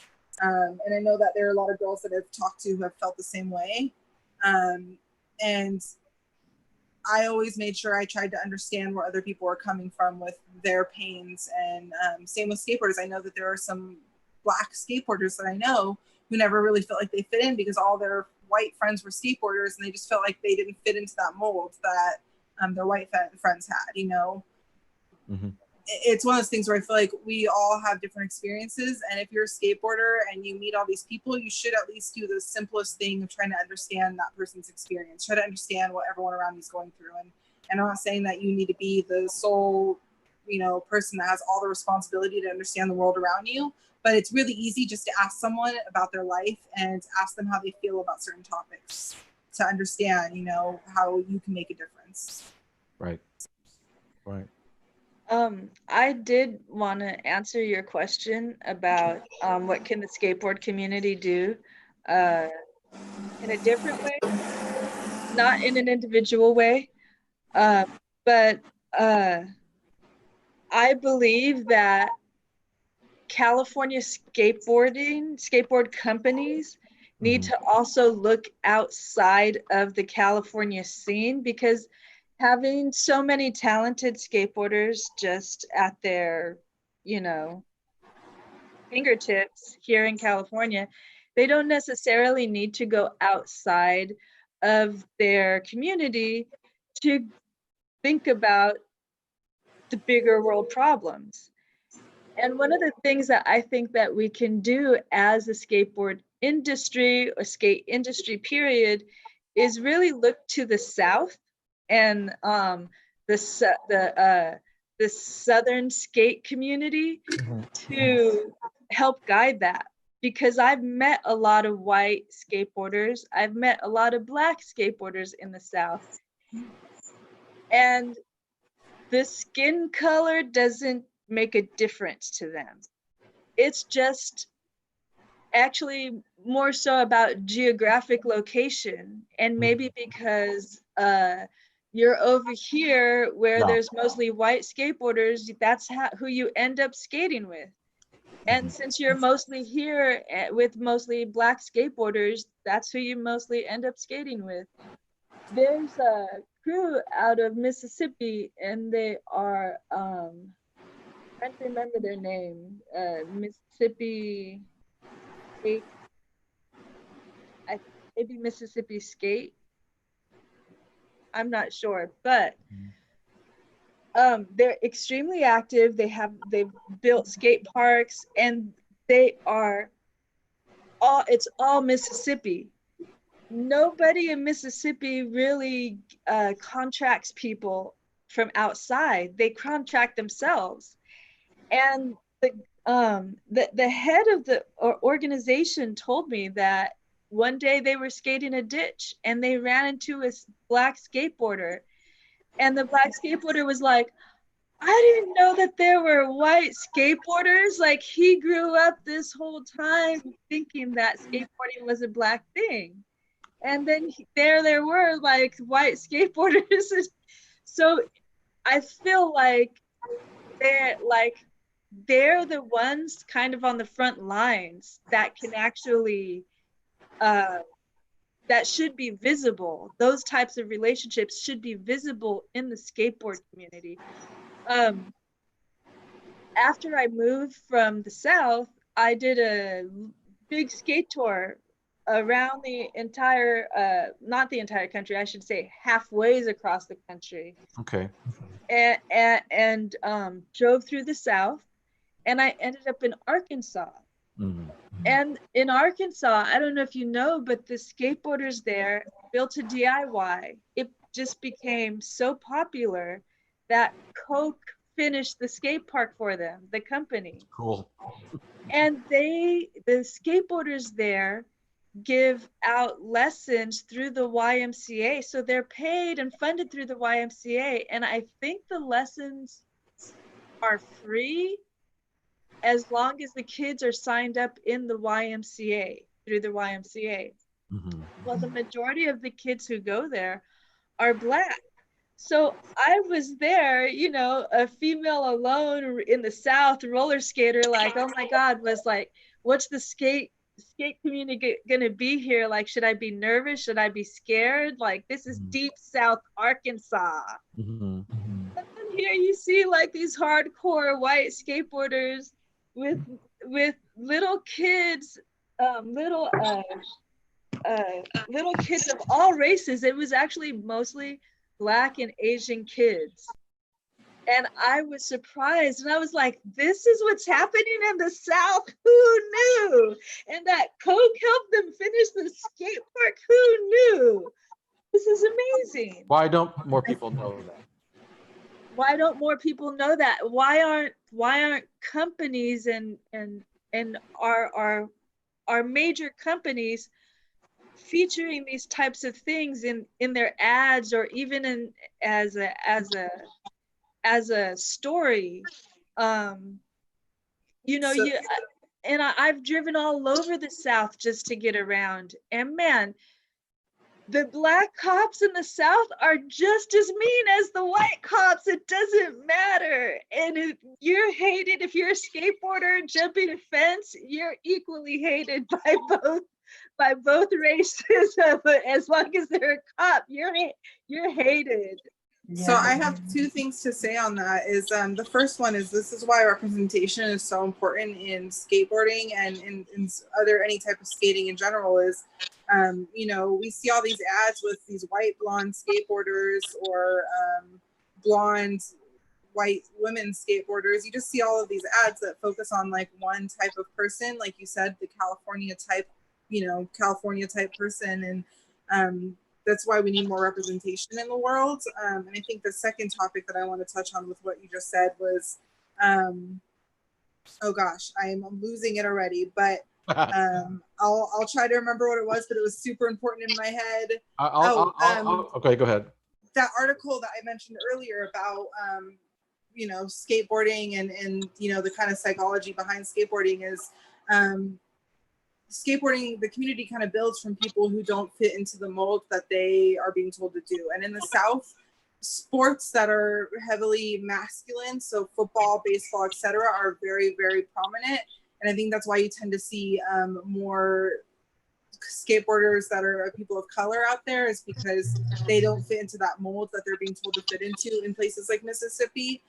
So they then turn to skateboarding because it's a more inclusive community in that sense. And I think there's a lot of psychology behind all of that, which I'm not a psychologist, but the article I read earlier was super cool. I'll have to link it to you guys because it kind of touched on that. Cool. Look who it is. It's Latasha Stone, Propergnar. What's up? There she is. This is Elle7 and Alyssa. Hi. Do you know these guys, Latasha?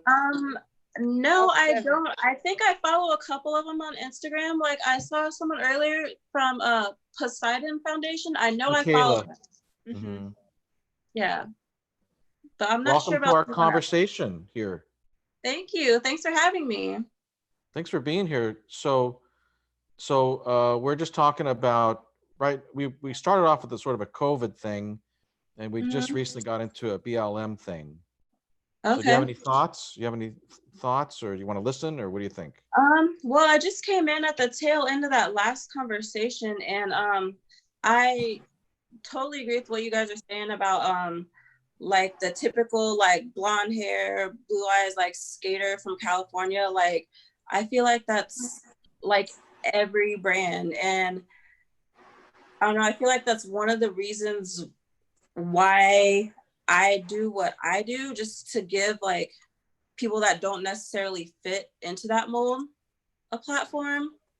And it's just like, it's just so hard to break into the industry when you don't fit that mold. And like I've started to see like some of it change, but I still feel like we have like a really long way to go when it comes to that. But you do it more. You do more than just giving people an opportunity. I mean, your stuff is good. You're also a good artist. Well, thank you. Appreciate that. Because if it was just to give people a chance, I mean, it would be very boring to look at. But you make really great things. Well, thank you. Yeah, I was just saying, like, I don't know. I feel like a lot of the big brands, like, all they do is like post the same few skaters, and you have to be like an amazing person to even like get posted or get sponsored. And I just don't really think that's fair, you know? I have a feeling that that spills over into what the country as a whole, what our country wants people to see us as. Mm-hmm. And unfortunately, it is a symbol and not the reality of what we all are, because even in this group, there's so much diversity, but when it's advertised to the rest of the world, it's advertised as the happiest, sunshiniest, widest life that is desirable to anybody at any economic level, whether you're dirt poor or whether you're filthy rich. People are going to want to see that and want that. And I feel like that's why companies use it, because it's so easy to market that. Instead of it's work to do the other thing.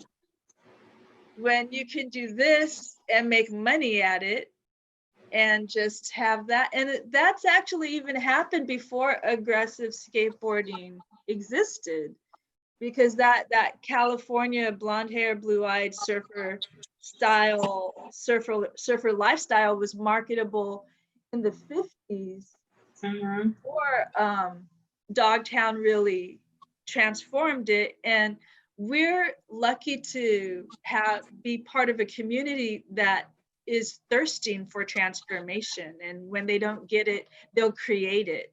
And so I feel like there's something that they can do with this as far as BLM is concerned. But again, we can't just expect the problems to be solved here in California. They have to look outside and I think recognize that skateboarding is now an everyday thing. Yeah.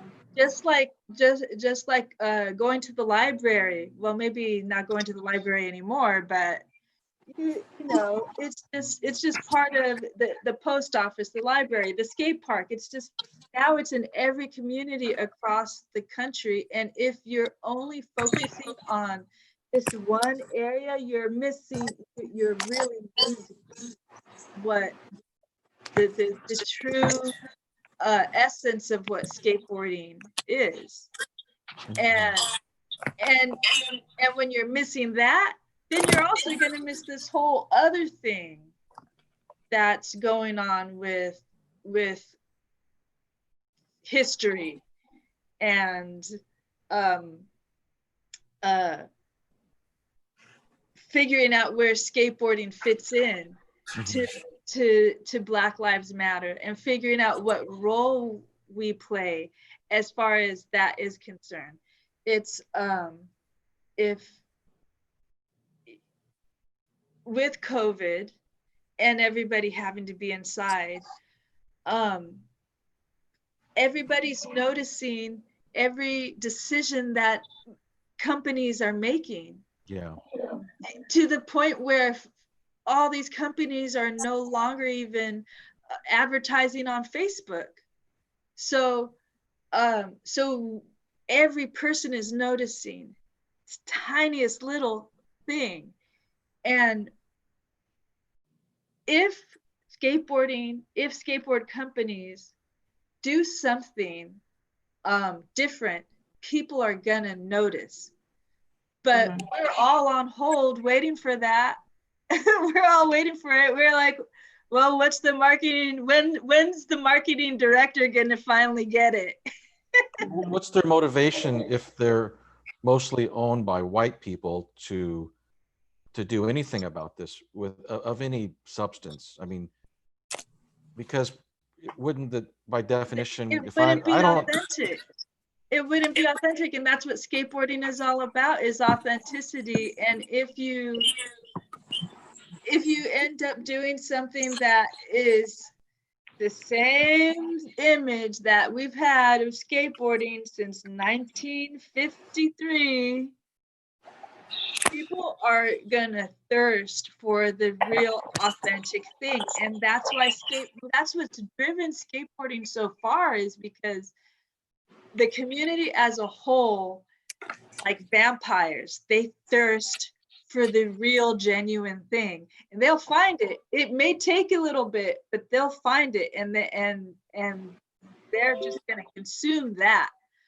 But the stuff that they're fed, they're tired of it. I know I got tired of it, and that's part of the reason why I've traveled all over the world, but I haven't been to Europe yet, because I'm so tired of hearing about Europe everywhere, from school, from the time you're in elementary school until like people's travel pictures when you're older and retired. Like, you get tired of it. Yeah, but, like, other countries exist. Yeah, exactly. And so skateboarders crave something other than what they're being fed. And that's why I feel like even in the exploration of skateboarding, they're always looking for places, for new locations that have never been skateboarded, or a country that has never seen skateboarding. And then boom, it's like, just like you were saying, Ken, it's like magic, all of a sudden, like, these companies can't contain skateboarding, because skateboarding will find its way, it will snake its way through all these communities that have never seen it, whether the companies do that or not. Right. And so that's why it's so important to these companies, because if they don't do something about it, they're going to be left behind, and skateboarding is going to be evolved over there. And then they're going to be like, oh man, we missed the boat on that. Especially during these times when everything is so still, you could notice any direction that any company is going in. And Vans has actually been doing a decent job rolling with the punches. I'll be honest with you, it's been decent. But you go out to eat and you pay for your meal. Do you pay $100 for your meal? Do you want it to be decent, or do you want it to be amazing? Did you say that Vans was doing a decent job of keeping up with the whole BLM? They're doing a decent job with stuff. But then you said that you don't want a decent dinner, you want what did you say? Amazing. An amazing dinner. So what could Vans do? How could they do it better? Well, this is the challenge. Because of COVID, everything is restricted. If it was just the BLM thing, oh, they could send out people to go around the world and feature here and talk to this person here. But because of COVID, we're very restricted. And so we're kind of stuck in thinking this through. And maybe that's a better thing. Maybe it's a better thing because we're not even allowed to go to Europe as Americans. We're all going to be stuck with each other right here until we for get well. the next probably year, staring at each other's faces. And we're going to, guess what? We're going to it's going to force us to solve our own problem. So what can bands do? I don't know, but guess what? They're going to be sitting around figuring it out because where everybody else is at. So with your analogy of food, for example, vans, I think that a lot of companies are using performative allyship. I cannot speak today. And I think that it definitely seems like a way for companies that aren't doing that because everything's so immediate. But with food, you know, some of the meals you eat that have been cooked the longest and simmered and nurtured the longest are the ones that are going to be like the best meals to eat. And I think that's how it really needs to be when it comes to the BLM movement and just in general, everything that's happening right now. Some of these companies need to make sure that they keep things long term. They keep everything stewing and they make sure that any changes they make are long term and not just for a week or a month or a year. Because I've already seen a few companies post some stuff for a week and then they're done. Right. And that's when it becomes more of a negative thing and a harmful thing than a positive one. I mean, I know at least in roller skating, Elle, you and I have both seen a whole company fall in the last few weeks. And I know you know which one I'm talking about, but there's a whole company that fell, and and they're now using performative allyship with their new company that they've recreated. Explain to us that word you said. Performative what? Allyship. So what does that mean? People who want to say, you know, I support Black Lives Matter. Everyone, we are as a company support Black Lives Matter, or me as a role model supports Black Lives Matter, but then they don't actually educate themselves. They don't continue educating themselves or the people that see them up on this platform. It's more for show. It's not going to have any long-term effect. It's a performance. So they're not all in. They're not all in. Yeah. Right. Nope, they're just doing it to stay on trend and to make sure that they're not vilified for not doing anything. Have there been any companies you guys have seen that like have done things that you like? Like I want to bring up one, for example, was Barracks. I did see that they had posted a lot of like Black skaters and stuff and that they're donating, but I haven't really seen anything else from like any other company that like seemed to really make a difference. And I think donating would be like one way that a lot of these major companies could really make a difference, because they're not like these like smaller companies that don't have much income. Like I'm talking like the companies that have like been around forever.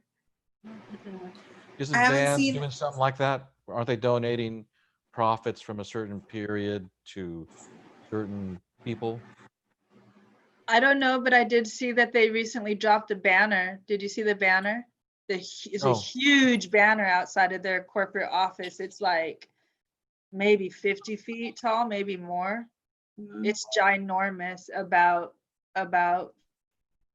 maybe it's like 50 by 50. It's huge. And it's all what did it say? We got your back or something like that, or Black Lives Matter. I don't remember exactly what it was, but they right off the 405 freeway there. Yeah, and then National Geographic has as well. Band and National Geographic has both dropped. And at least in skateboarding, you know, Zoomies is past skate stuff. You know, they've always been kind of one of those things where some people like them, some don't, but they've definitely been posting a lot of things. And I believe that they've done some donations using a Twitch stream. I could be wrong on that. But they did do a Twitch stream that was about sharing voices. And I'm pretty sure they donated all proceeds from that. As well as they've been making more and more posts about, you know, humanity, society, and standing up for what you believe in, which I think is pretty cool. as a company, because I know a lot of their workers are people of color in different mixed aspects. So I know people that work for them that are Black and people that work for them that are Asian. Oh, look at the cat. Yeah. Hi, This is baby Mercury. kitty. What's her name? This is Mercury. Mercury. Hi. Mercury. He's one of 3 cats and 2 bunnies. Oh. Wow. That's a good sized cat there. Yeah. He's big. But Pretty. and I know that like in roller skating, because you know the communities are intersectional, there are Black owned companies that are making more prominence now because people are realizing they need to spread those companies. So there's Moonlight Roller, there's I Want to Go to Paradise by Marwa. You were right, Alyssa. We had an issue with the roller skate community as far as that was concerned, and where we had to take action as a community before all of this even really blew up and got so big.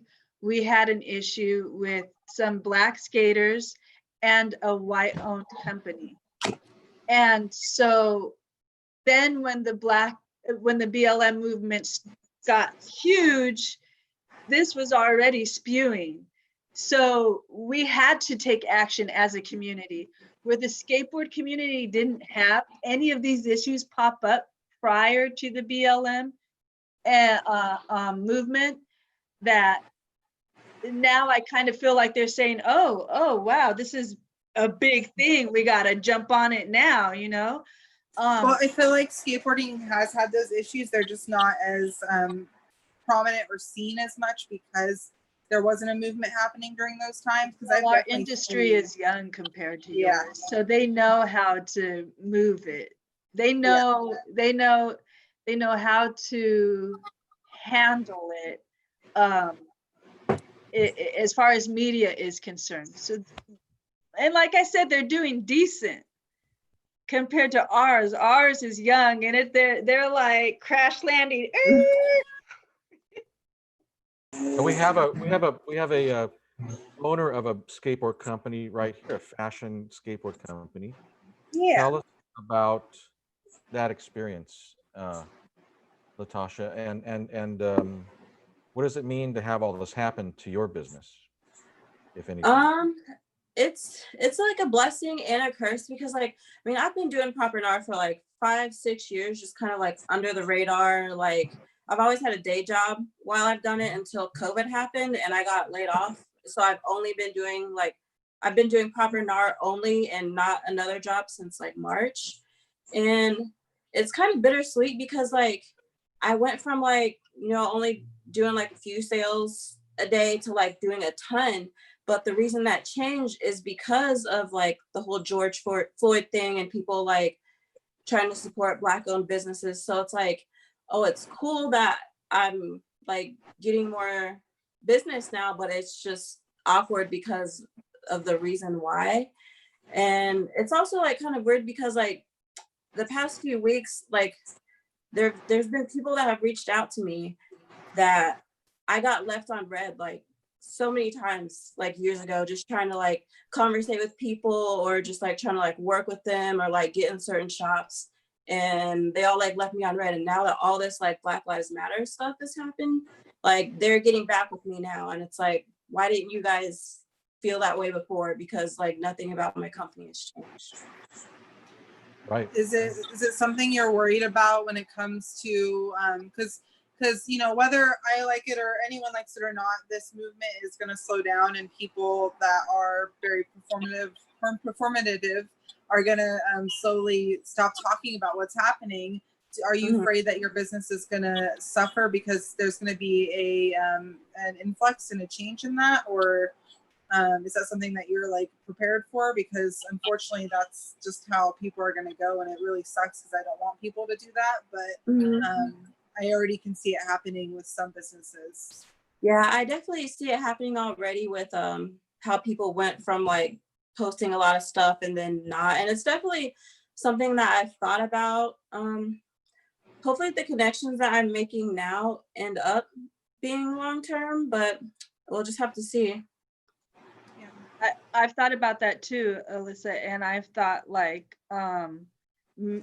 maybe this trend, you know, because I'm Mexican and Native American, and I've seen a lot of trends like, oh man, it's cool to support Native American stuff right now. Oh, it's cool to like buy Native things now. Oh, it's cool to support Native American businesses.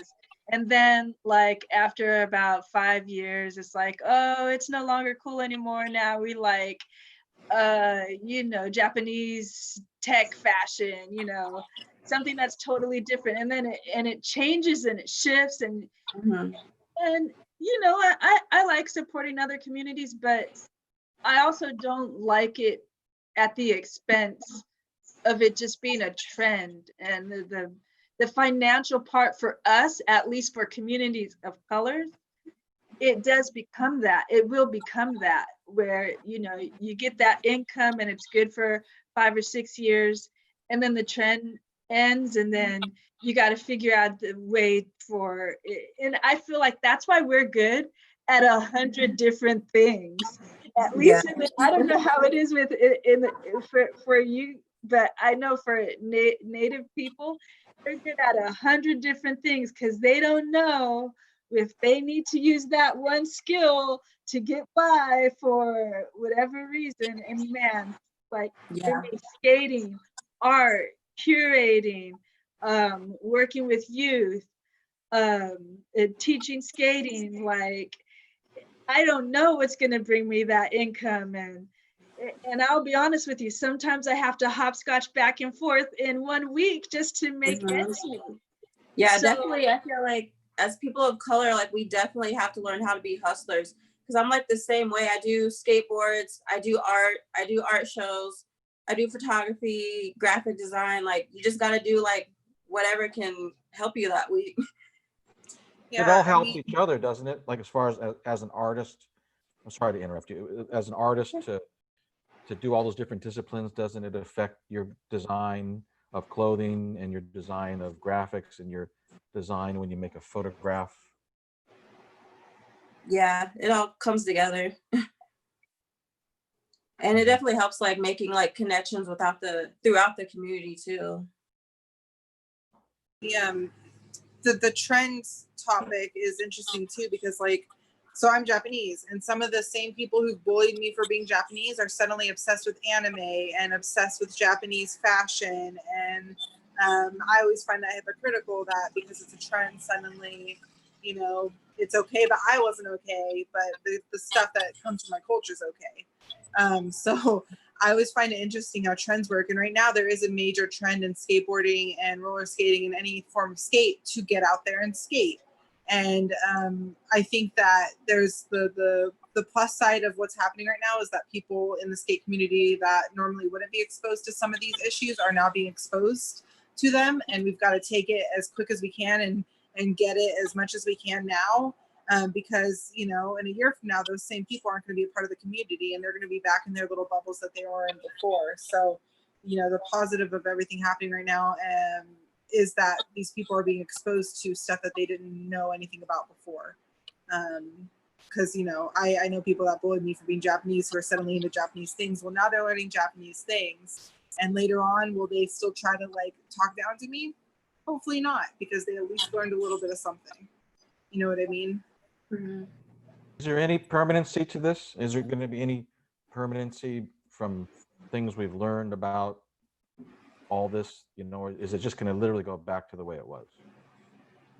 I think to get the answer to that would be to look at industries that have been around longer than ours, even maybe like the music industry and education, and see how those things changed permanently and what they had to go through to change those things permanently, and what kind of like morals in order to continue raising the level, raising the bar, or changing things, what they had to go through. And so as a skate industry, what is it that we have to go through? What kind of things do we have to uphold in order to make sure that these things that we are inclusive of multiple communities, because even in the music industry, if you look at that historically, there were a lot of people getting ripped off, a lot of music genres changing races, and yet in a crazy way, it could be a good thing when you have a person doing hip hop in Japanese. That's kind of actually pretty cool, you know.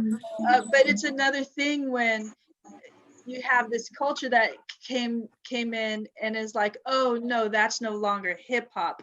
What we're doing is hip hop, and we're the ones who are making money from it, and you're no longer included in this hip hop making genre, you know. And so far, because hip hop is so difficult and people don't even to do well, and people don't even realize how difficult it is, it has not been able to be taken the way that rock and roll has. So if we look at those things, if we look at historically how other cultures have dealt with sharing these profits with equally, whether you are the music industry, the sports industry, the education industry, any industry, to be able to do that, you have to be able to share the image of that with other races, and that's where we're stuck at as a country. We still want that image to be a certain thing, this fantasy world, this dream thing. Like Ken was saying, skateboarders have a hard time connecting to reality, you know.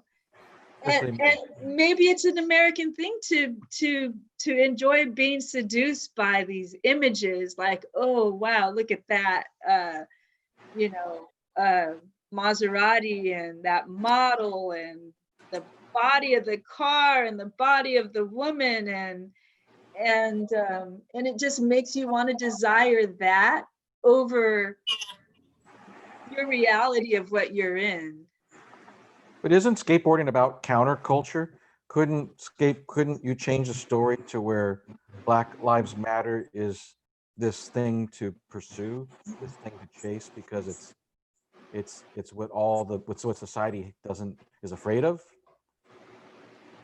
Couldn't you make it cool? Like, why does it have to be this thing that's going to go away? You know, when has skateboarding ever been about culture, about current culture, about, you know, Beverly 90210? It was never about that. It was always about people that nobody cared about, the downtrodden, the people who didn't fit into the mold. Yeah. And I don't think the BLM movement's going to go 100% away. It's been around for several years now. And the specifically organization was just started a few years ago, and it never really disappeared. And people may have not seen the movement occurring, because right now it's on a larger scale, and there's a lot more that's being done immediately.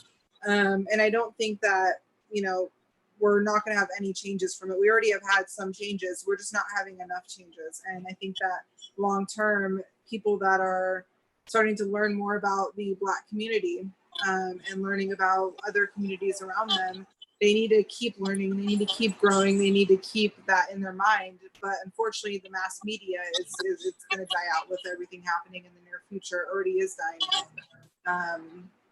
But I do think that there has been changes made already. It's not enough. There's not enough changes, not the changes that everyone wants, but there are moves being made, and there are discussions being had, and I think that's important. And it needs to keep happening. And I hope that people in the skate community, like I said, who are traveling all over the place to skate with all sorts of different people, I hope that we can keep up these conversations and these dialogues with people, because it's important. And I don't think that anyone should forget that. Everyone should always forever have these open conversations with the people around them, because that's the only way we grow and learn as humans. because we can't just rely on the educational system to teach us everything. We can't just rely on TV to teach us everything. We need to rely on each other as society, but unfortunately, much of our society is selfish and doesn't want to teach other people around them.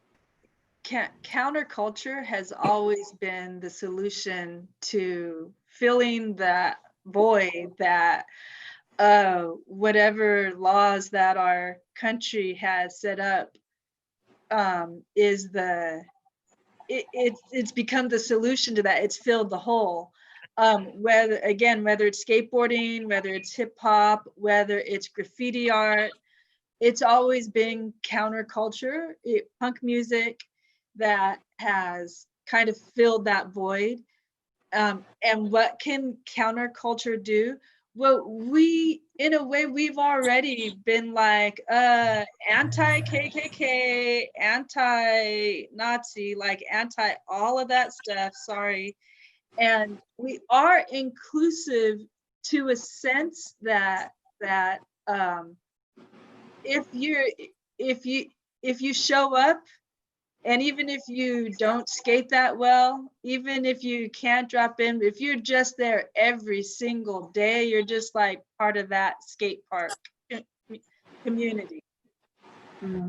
We are, in that sense, we are there as far as that is concerned, but we're not there as far as, and maybe this is because it's not always the battle of the everyday person.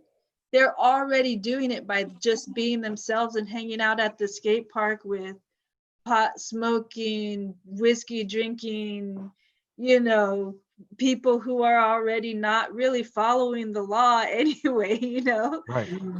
And so there is already that level of acceptance, but those people don't always have the mental energy to take it to the next level.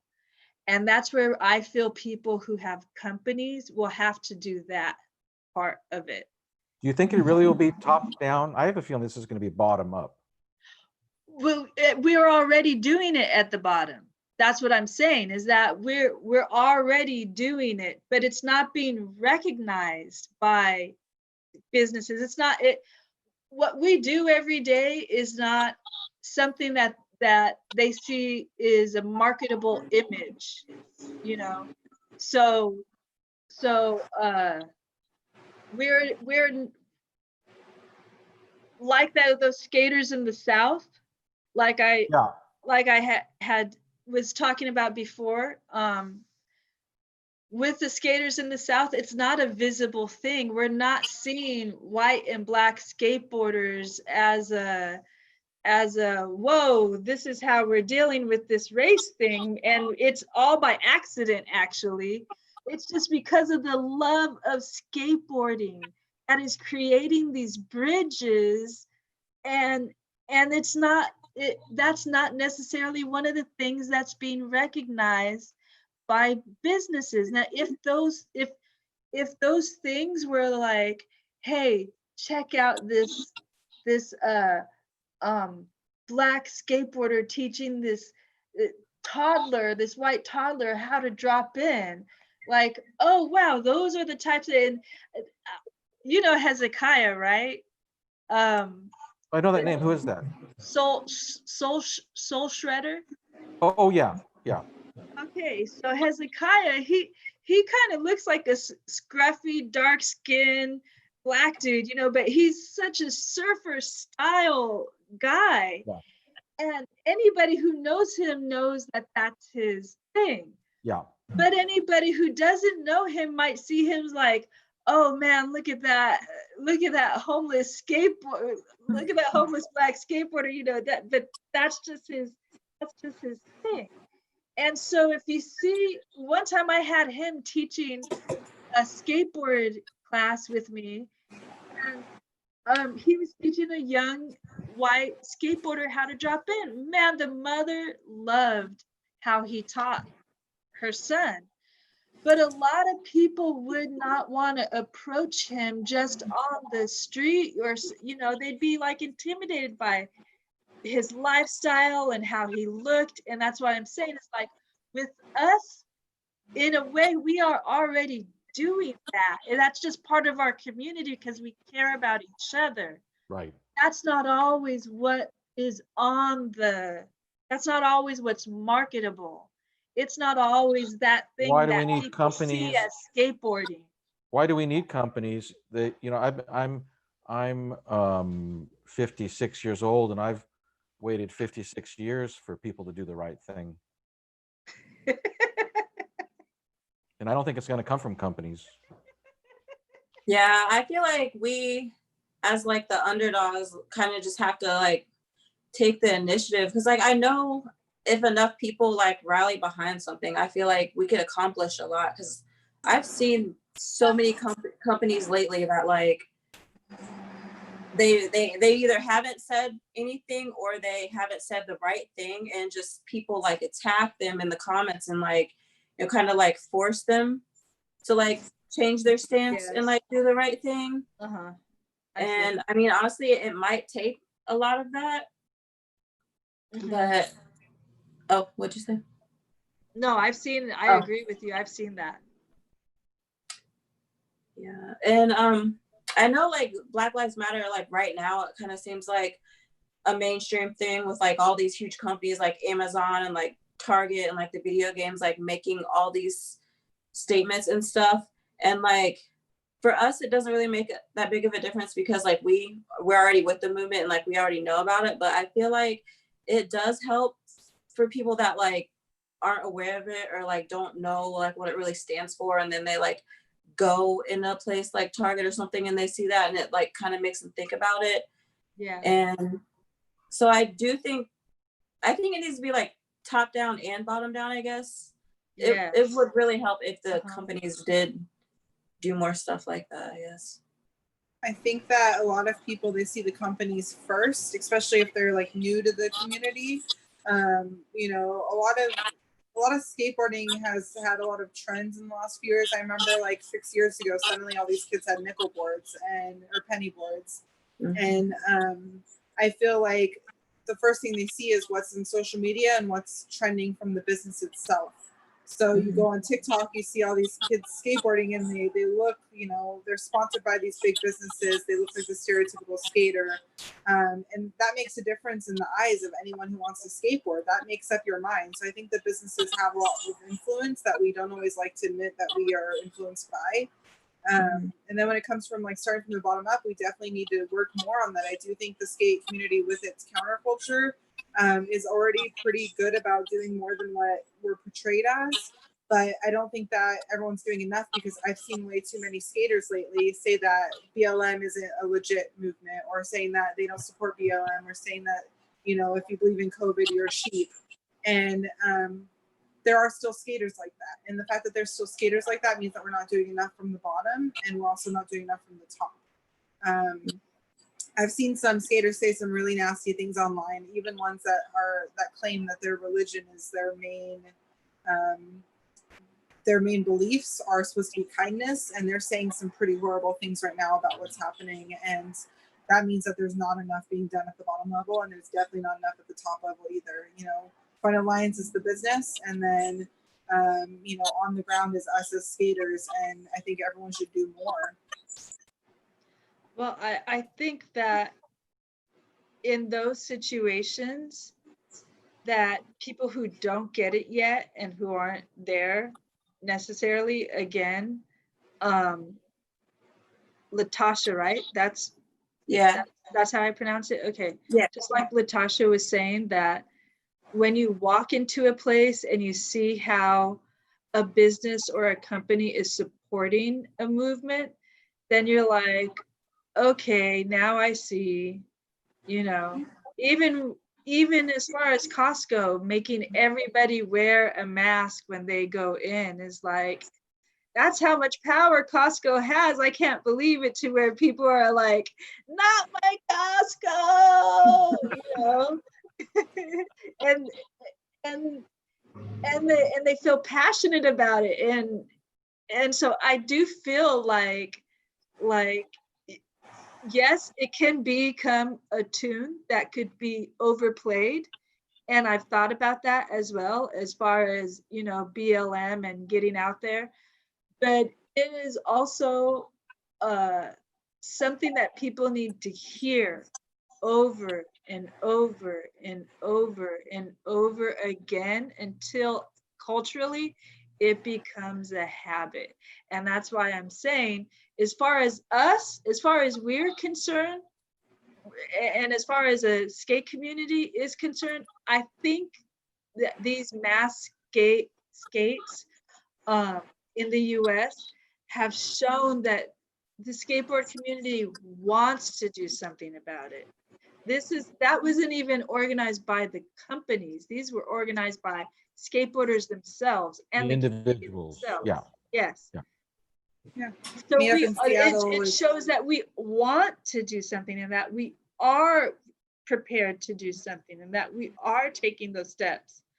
But we can only take that up so far as a community until people, you know, look at how many years it took for skateboarding to be taken seriously as as an industry and as a sport, even as calling skateboarders athletes. I remember talking to somebody about a skateboarder and they're like, and I was like, oh, so your brother's an athlete too? And they looked at me like, my brother, skateboarding is not, that's not athletic, you know?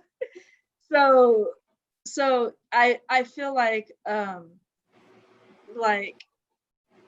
in a way, those kinds of ways of brushing off, skateboarding being brushed off for so many years is why they can say, why they do these things for communities who are maybe ignored or marginalized or are struggling, and why it's so easily accessible for people to be able, and they're open to be able to provide a platform for children who have needs in second and third world countries. Skateboarding can do this. Government still can't do this. And skateboarding is doing this. They can help young people from second and third world countries create an income for them and their families. And so but again, we can only do that as a community take it so high.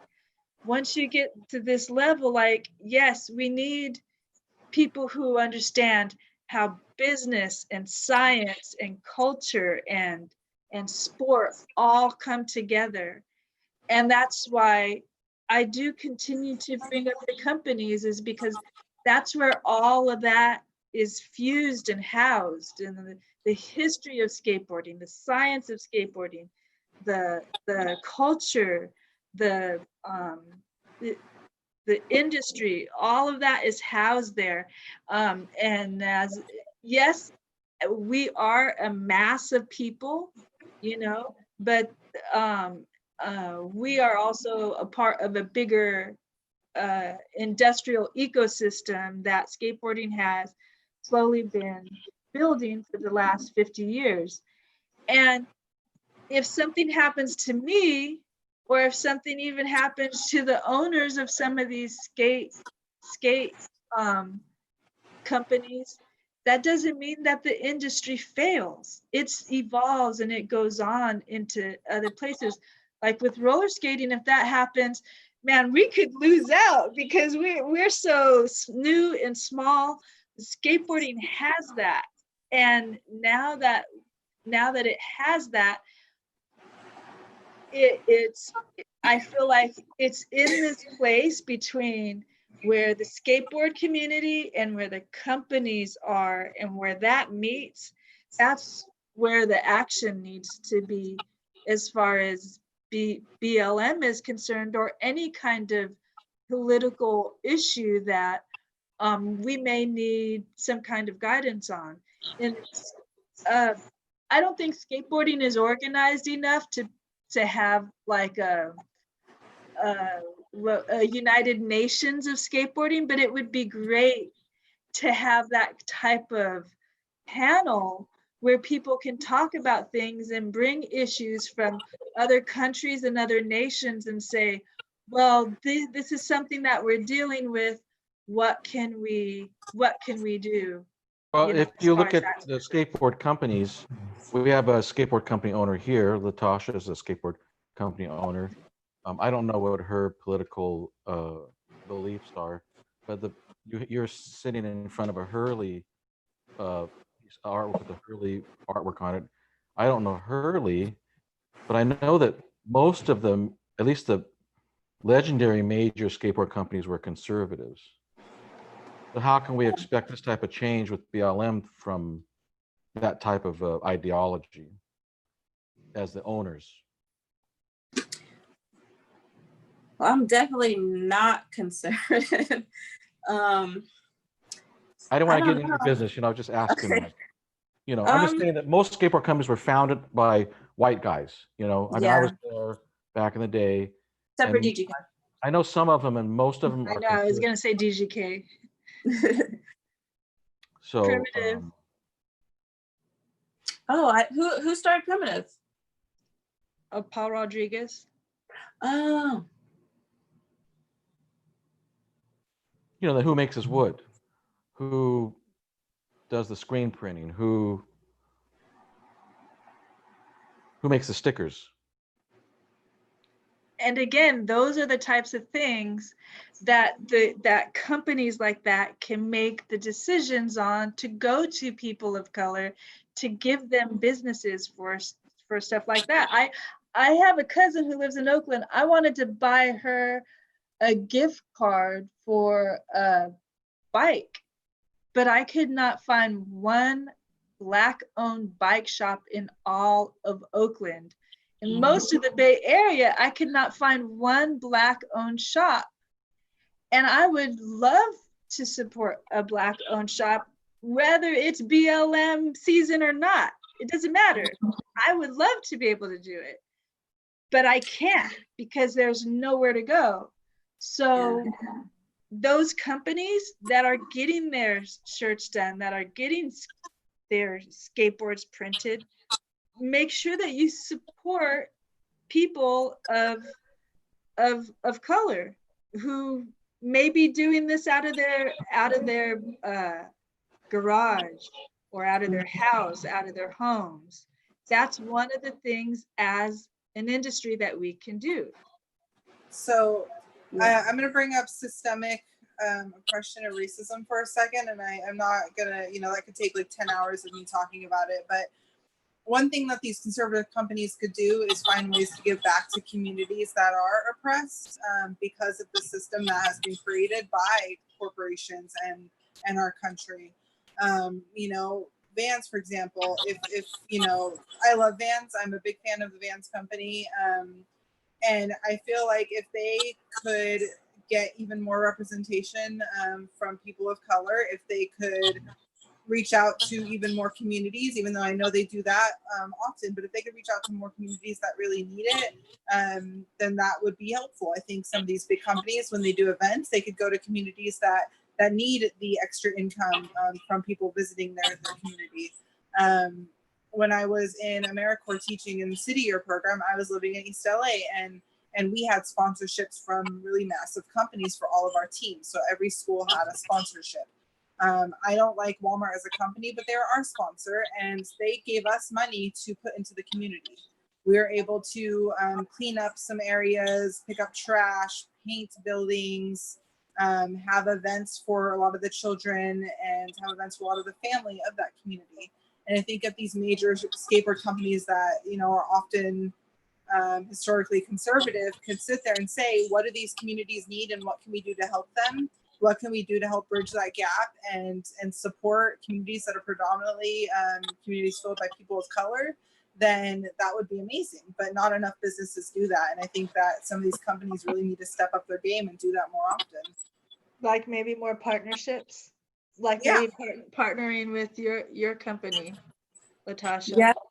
Yeah, and another thing I was gonna say is I know a lot of these like larger companies, they do like the tours, or they like send the skaters like all over America and stuff, and they will like the different cities that they go to, they'll like partner with different skate shops and like do events. And I think partnering with like Black owned skate shops would definitely help.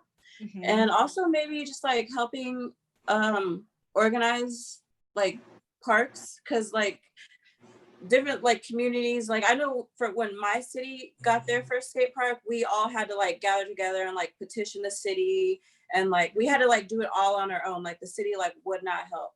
So like maybe if like bigger companies like help communities do stuff like that and help smaller areas like build skate parks and stuff like Yeah. that would really be helpful. Completely agree.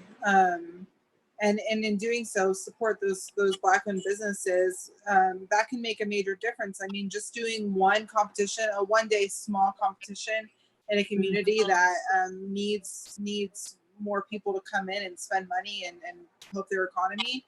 And then supporting that skateboard company that happens to be Black-owned in that community could be amazing, because that one day could make a whole company's year of financial decisions.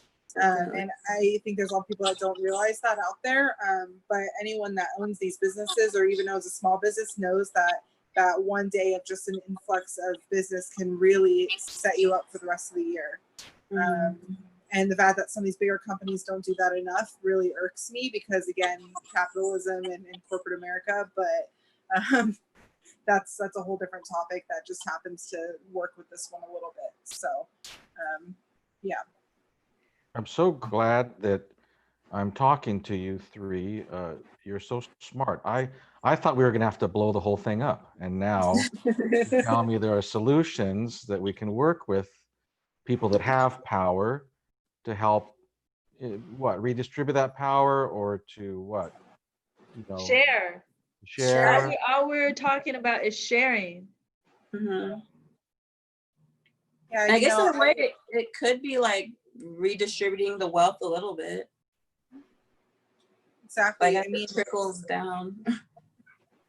I know that, like, I mean, you all have probably worked around people that have sponsorships. Latasha, I know that you as a company have probably supported some other skaters in some way. But I wasn't an amazing skateboarder, but I was a skateboarder who ran a lot of events up in the Washington area, and I knew people. And so I had sponsorships. And if any company ever gave me anything and wanted me to sign saying that I could never use another brand, even if it had nothing to do with their products, I would never want to do that, because that would have affected me in a negative way. And I know that there are a lot of major companies out there who sponsor skateboarders and say, you can only use stuff by us. Okay, well, where am I going to get my bearings? If you make only boards, where am I supposed to get my bearings? And now I'm broke and I can't afford it. It's the same in the roller skate community. Yeah, exactly. I mean, you sign your way, and some of these companies, I feel like it's kind of greedy. Like, it's one thing to say you can only wear this brand of roller skate, but you can wear any other wheels and any bearings or whatever you want. But it's another thing to say you can only wear this skate and the complete that comes with it. You can never buy any other products again. And that is a part of oppression in so many ways, because people can be from communities that are financially in not the best state. And you can come from that community and you think you finally have some sort of support, but you really don't. And you can't afford to be buying the bearings to keep skating. You can't be buying all the wheels you want to use to keep skating. And that's another thing companies can do to help, is to stop restricting things so much. Represent your company, but don't make people only represent your company. Yeah, that's definitely affected me as like a brand that's like trying to get bigger, because like I've hit up like some of the like bigger skaters, like men and women skaters, and they've been like, oh, I like your stuff, but I can't wear it because I have a clothing sponsorship with this company, or like, oh, your boards are beautiful, but I can't skate that because I have a board sponsorship with this company. So, and like getting like when you own a brand, like seeing skaters in your stuff is like one of the ways that like brands market, but like I can't even market that way with bigger skaters because they're not allowed to. And you're a smaller business, so it kind of sets it up to where you don't get to thrive as much as you could possibly thrive. And I think that that's a part of systemic oppression as well as systematic. They're both different things, but they do relate in a lot of ways. And people don't realize these things. The average American doesn't know these things. Even some people in the community don't know these things, but it's how it is, and it sets people up for failure. And that's horrible, in my opinion. I think we should all oppression. Could you Yes. explain that to me again? So it's a really complicated like subject, but basically, for example, you live in a school district that has really good schools. Okay. Well, down the road is a community that is mostly people of color, and their school is not that great because it doesn't get that much funding. But it doesn't get that much funding because the housing system there doesn't have that high of taxes because the houses aren't as nice. Okay. And that goes down to when people were forced to live in those communities because of the color of their skin. So, you can be Black in a community that your ancestors, your grandma was only allowed to live in that community at the time. Well, later on, the government is setting it up to where that community just doesn't have good school systems because instead of using the funds for education based on an equal distribution, they're using funds based on the housing taxes and the property taxes of that neighborhood, which aren't going to be as high as the property taxes of your really nice neighborhood. So your school's not getting enough. And that's just one Because example. of the geographical location. Yeah, which was decided by our government. And that's the same Right, it was thing set with up that way, corporations. correct? Mm-hmm. And companies do that as well. And that's where it's systematic racism it comes into play at that point. Yeah, and most people don't even know what systematic racism is, and like that can affect you from like birth to the rest of your life, and it can affect like how you turn out in life. Like it's directly related to like the crime rate in certain areas. Like education is directly related to like how much money you make in your life later on. Like it's crazy just how much it affects. Right, and like so I spent most of my childhood with my mother who does not have money. And still doesn't to this day. She's never seen like a middle class life. Even if she's had money that might put her in that position. Whereas my dad was raised on low income. He's from Japan. He came to America. His dad didn't make a ton. His mom didn't really make much. And he's worked his way up since then to have a decent middle class lifestyle. So I've lived in areas where it's been gross. The crime's been high. The education's horrible. And I've lived in areas where the education is wonderful. And I've seen the differences there. And like, I couldn't get financial aid because my mom made no money, but my dad happened to recently make a little bit of money. And I couldn't get financial aid because of that, because the way the financial aid system works is you have to make either no money to get any education, which then relates to the fact that these neighborhoods or these people who have worked their asses off their whole lives can't even put their kids into college because of the way the system has set it up for them. Why is it set up that way? It all goes back to segregation, literally all of it. I mean, when it comes to women being oppressed and when it comes to Black people and other people of color being oppressed. Our government, Go ahead, sorry. I would say our government literally would set up, you can get your property. I can't think of the word right now, but your property specifically is slated to be just a home or just an apartment property. And that's how it used to be with racism and segregation. Is this neighborhood was specifically meant to be a Black neighborhood. This neighborhood was specifically meant to be an Asian neighborhood.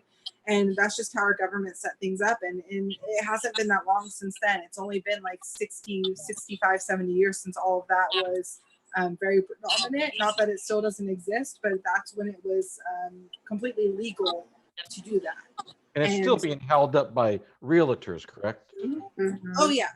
Yeah, and I feel like with banks and like loans as well, like I've seen so many lawsuits from banks where like they've been found guilty and like discriminating against people of color when they apply for loans and stuff. And it's like, how can you move out of this bad neighborhood if you can't get approved for the loan to go buy this house that's in the better neighborhood?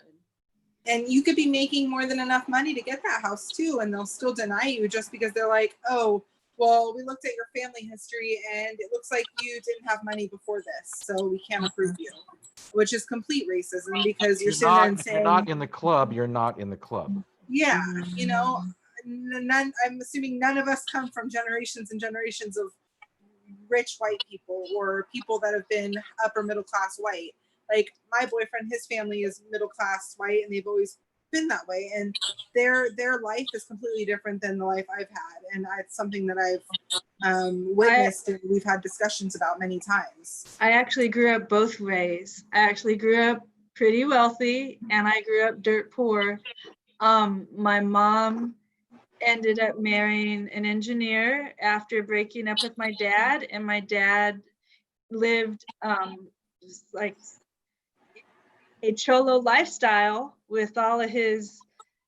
I've lived in with my dad's side of the family. They've had like 25 people in a 3-bedroom house, and then on my mom's side of the family, like I always felt like I knew that I lived differently than most people there. And, my mom's traveled all over the world, and it was just normal to like fly to places and stay in fancy hotels, but then to be dropped off back at my dad's house and there's no food in the refrigerator. So growing up, I saw these disparities and I didn't understand, and I wanted to know. And this is part of why I kind of accidentally pursued an education, not because I believed I could go to school, but because I wanted answers for what was going on in my community and with my family, and I just didn't understand these things, and I wanted to see the bigger picture. And now that I have experienced all these things, I have to I actually have to like, now that I've seen the bigger picture, I see that it is even bigger than systemic racism. And yes, that is the one of the main veins that is keeping us where we are as a country. But the other thing is that most of everything that we do is all based on profit and things being a profit, including our education system. Right. Which is why I'm shocked that I even was able to get a master's degree, because even though I did grow up, what my cousin said to me one time, oh, you grew up in Beverly Hills. Even though I did grow up that way, it was so isolating and lonely. I did not want to live that way. So why go to school if that's going to be the life that I'm going to have, this isolating, lonely, hermetic life with a lot of money and everything. And it, for me, being rich was lonely, and I didn't want that. And I feel like that's why I could be a part of the skate community, because it didn't matter what I had or didn't have. I just wanted to be a good skater. That's all I cared about. Just that people recognize me as a good skater. I don't care if you think that I'm rich or poor or homeless or hungry. It didn't matter. I just want to be recognized as a good skater. And unfortunately, there's very few places where we can have that freedom. Where you could just be like, I don't care about this. I just want to be recognized as a good painter or a good dad or a good, and those things don't matter in the US. They don't matter because they don't make money. And that's where I feel like the real true underlining thing is that, because money, they're having it doesn't even necessarily have to be money. It's just the profit. Because if it's not, like, that's why Black people were brought here from Africa in the first place, because the Native Americans were not good slaves, and they could not use them as slaves. They could not make a profit off of the original people that lived here. So they had to go and get a group of people that could endure the kind of work that the US wanted. And that's why we are where we are today. Right. Yeah, and that's also why it's going to be so hard to change everything, because we've had this like money-driven society ever since America started. So like it's not going to be an overnight change no matter what we do. It's going to take a long time. Right. And I mean, it's the that's same what I reason think why people aren't realizing. it's the same reason why some companies are afraid to speak out and make statements and stances, because they don't want to lose money. They're afraid if they say Black Lives Matter, then some of the people that are racist won't want to buy from them. And isn't it gonna slant eventually towards brown people? Isn't that inevitable?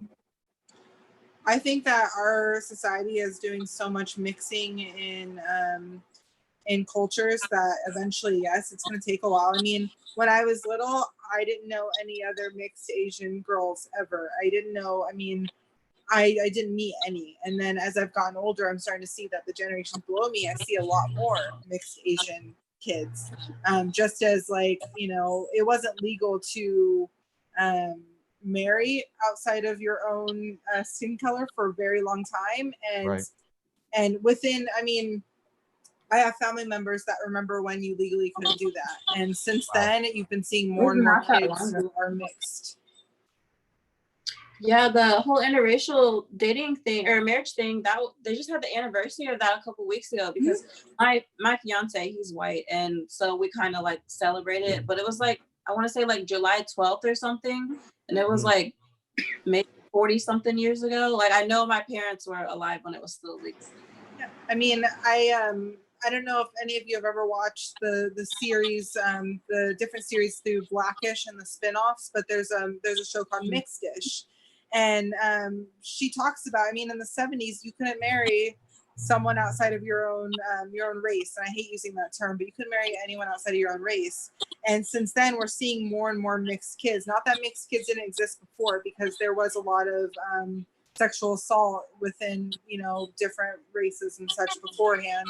But we're seeing a lot more mixed kids, and I definitely like love that I see more and more mixed kids that are younger than my generation. And I think it's going to keep happening. It's going to take a while though, because there's still a lot of people that are holding still to their racism and thinking that people shouldn't mix. And Yeah, I think that's really cool. There's definitely still a lot of people like that too. I was just kind of dealing with that the other day. We had a Black Lives Matter protest here on Saturday, and my friend, he's mixed, and there was like counter protesters at the protest. There was like 30 of them on the other side of the street, and his grandparents were in the counter protesters. And it's like that, I can imagine like how bad that would hurt. Like, Wow. I think people don't realize that, you know, the mixed community has its own pains as well. I know people that are mixed of different colors. So I know people that are mixed Black, people that are mixed Indigenous, people that are mixed Mexican. And within their own cultures on both sides, they get oppression from both sides. And it's an interesting thing to see, because it's going to keep happening more and more, and people don't want to fully accept that. I mean, in the Asian cultures, there's a ton of racism. But also in the white culture, you know, and I've been lucky that in some areas I do have white privilege, but in some areas I'm seen as different and I'm treated badly for it. But I know, like, if I go to Japan, I already know from many people I know that are from Japan that I wouldn't be accepted as Japanese because I'm mixed Japanese. Same as how I know people that are white who do not accept me as white because I'm mixed Japanese. So yeah, it's an interesting topic to hit as well. yeah, I have a lot of mixed friends that have kind of touched on that subject. Like, I'm sure it's like confusing and hard also. Yeah, it's interesting. When I worked for a school in Seattle, we had diversity days that staff were required to go to, and people who were have PhDs when it comes to topics in diversity and sociology and such would speak with us. And that's one thing that they never hid in. It was always, you know, we're going to talk about races that aren't just white, but then they don't ever hit on the fact that there is more to it than that. So I think it's interesting that you brought that up, Ken, being, you know, that all of us are going to end up being brown at one point, because we are going to keep mixing and it's going to happen. It's just going to take a long time to get there. Right. I always say we're all gonna end up Chinese. Like everybody's gonna be Chinese somewhere down the line because there's so many Chinese, and now they're exploring in Africa. Is that a good thing or a bad thing? Whatever. It's gonna be whatever. It's gonna be whatever I think it is.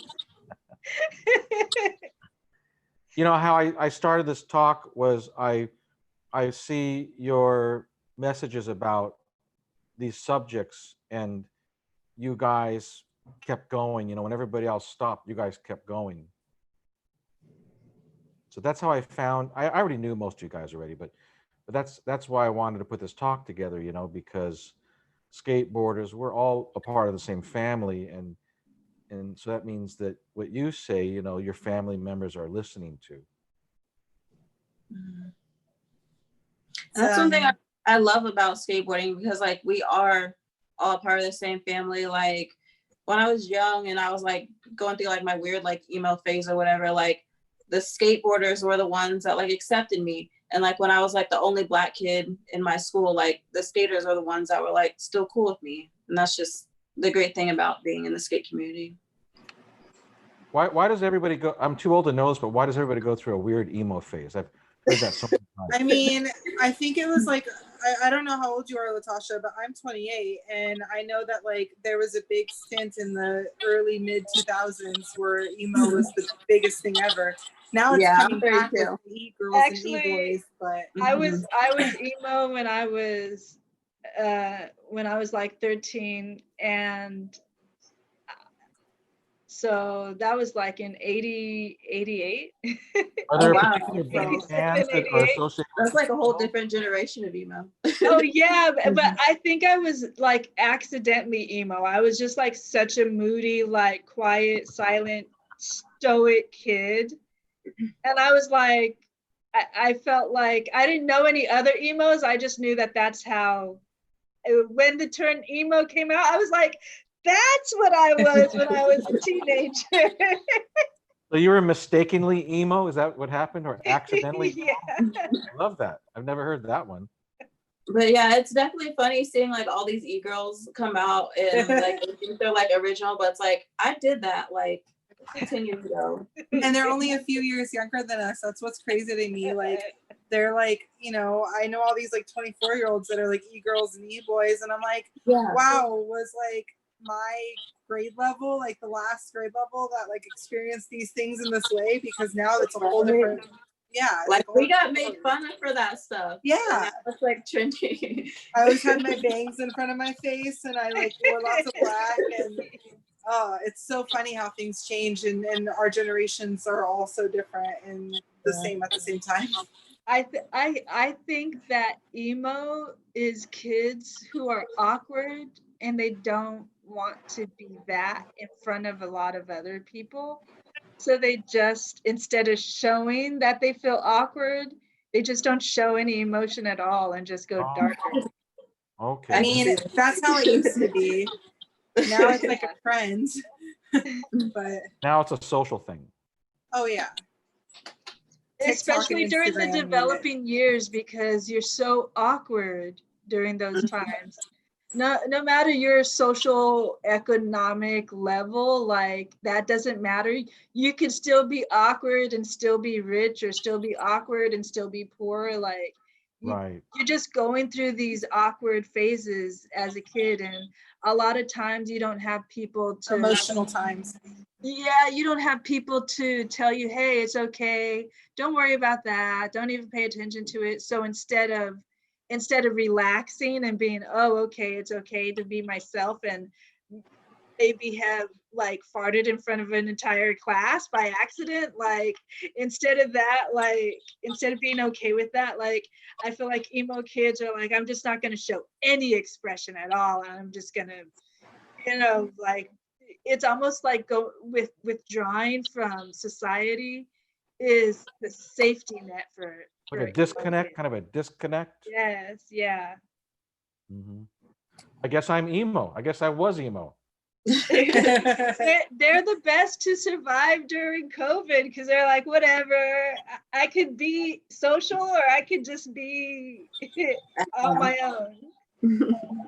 That's cool. Well, I'm gonna wrap this. Does anybody have any last thoughts? There's no rush. I'm just, if we don't call this, we'll be talking till it's dark, So I feel, and I just want to make this statement because it's how I feel about things. And if anyone watches this later on, I want them to hear this. If you come from any sort of community where you felt oppression in any way and you are not standing with Black lives right now, then you need to take a step back and re-examine your life. Because as a woman who has disability issues, is omnisexual, and is not just white, I feel oppression in different areas, and I don't want anyone to even feel the minuscule amount of oppression I've ever felt or prejudice I've ever felt. And that's why I care about Black lives, because Black lives get oppression harder than any other life, especially Black women. And I just feel like if anyone's watching this and they've ever been in a category of anything, especially like skateboarders, you are seen as these punks who the police want to mess with. You should, as someone who understands that shittiness and that pain, you yourself should also be standing with Black lives. And that's just how I feel about things, because I know that I don't wish pain on anyone, and the experiences that I've had have been really bad, and I don't want anyone to experience that, especially people who experience it way worse than I do. So if you experience any sort of oppression, don't be a hypocrite. Start caring about other people more. I agree. I did also want to say one last thing, is that remember that we have all these problems not because of money. Money is just another form of us to interact with each other, but it's because of profit. And when you're so focused on profit and not building for a better community, it's gonna lose out. You're robbing people of heaven on earth. And when that happens, you end up having protests like this. You end up having backlashes like this. You end up having more people in jail than any other country in the world. So if we as a skate community can focus more on our own and our community and taking care of us, yes, eventually over time, I think that these things will be taken care of and handled by us handling our own and taking care of our community, regardless of race and financial stature. Oh, and everyone wear a mask, please. Yes. Please, like. Yes. I What wear about you, mine. Latasha? I Do you wear have mine something to say? everywhere. I just want to say, like, I am proud of most of what I've seen so far from the skate community. I just want to say, like, don't let this movement die. Like, we gotta keep going and keep working towards a change. Cool. Well, let's do this again someday. You guys were great. I don't know if you enjoyed it, but I sure learned a lot. Yeah. And Thank you, Ken. I'm going to play this on Thank you for the opportunity. skatopia.net. Oh, you're welcome. And it's going to play on skatopia.net and Facebook or wherever. It's just going to play forever. So if Okay. anybody wants to check it out, you can reference it, and Okay. hopefully it will enlighten people, and get people thinking. Okay. Okay. All right. Thank you so much. Let's all Nice to eat meet something you, now, huh? Latasha. Time to eat. Time Yeah. to eat. All right. Bye, Hey everybody. guys, thank you again. Bye. Bye. I'm going to push the button.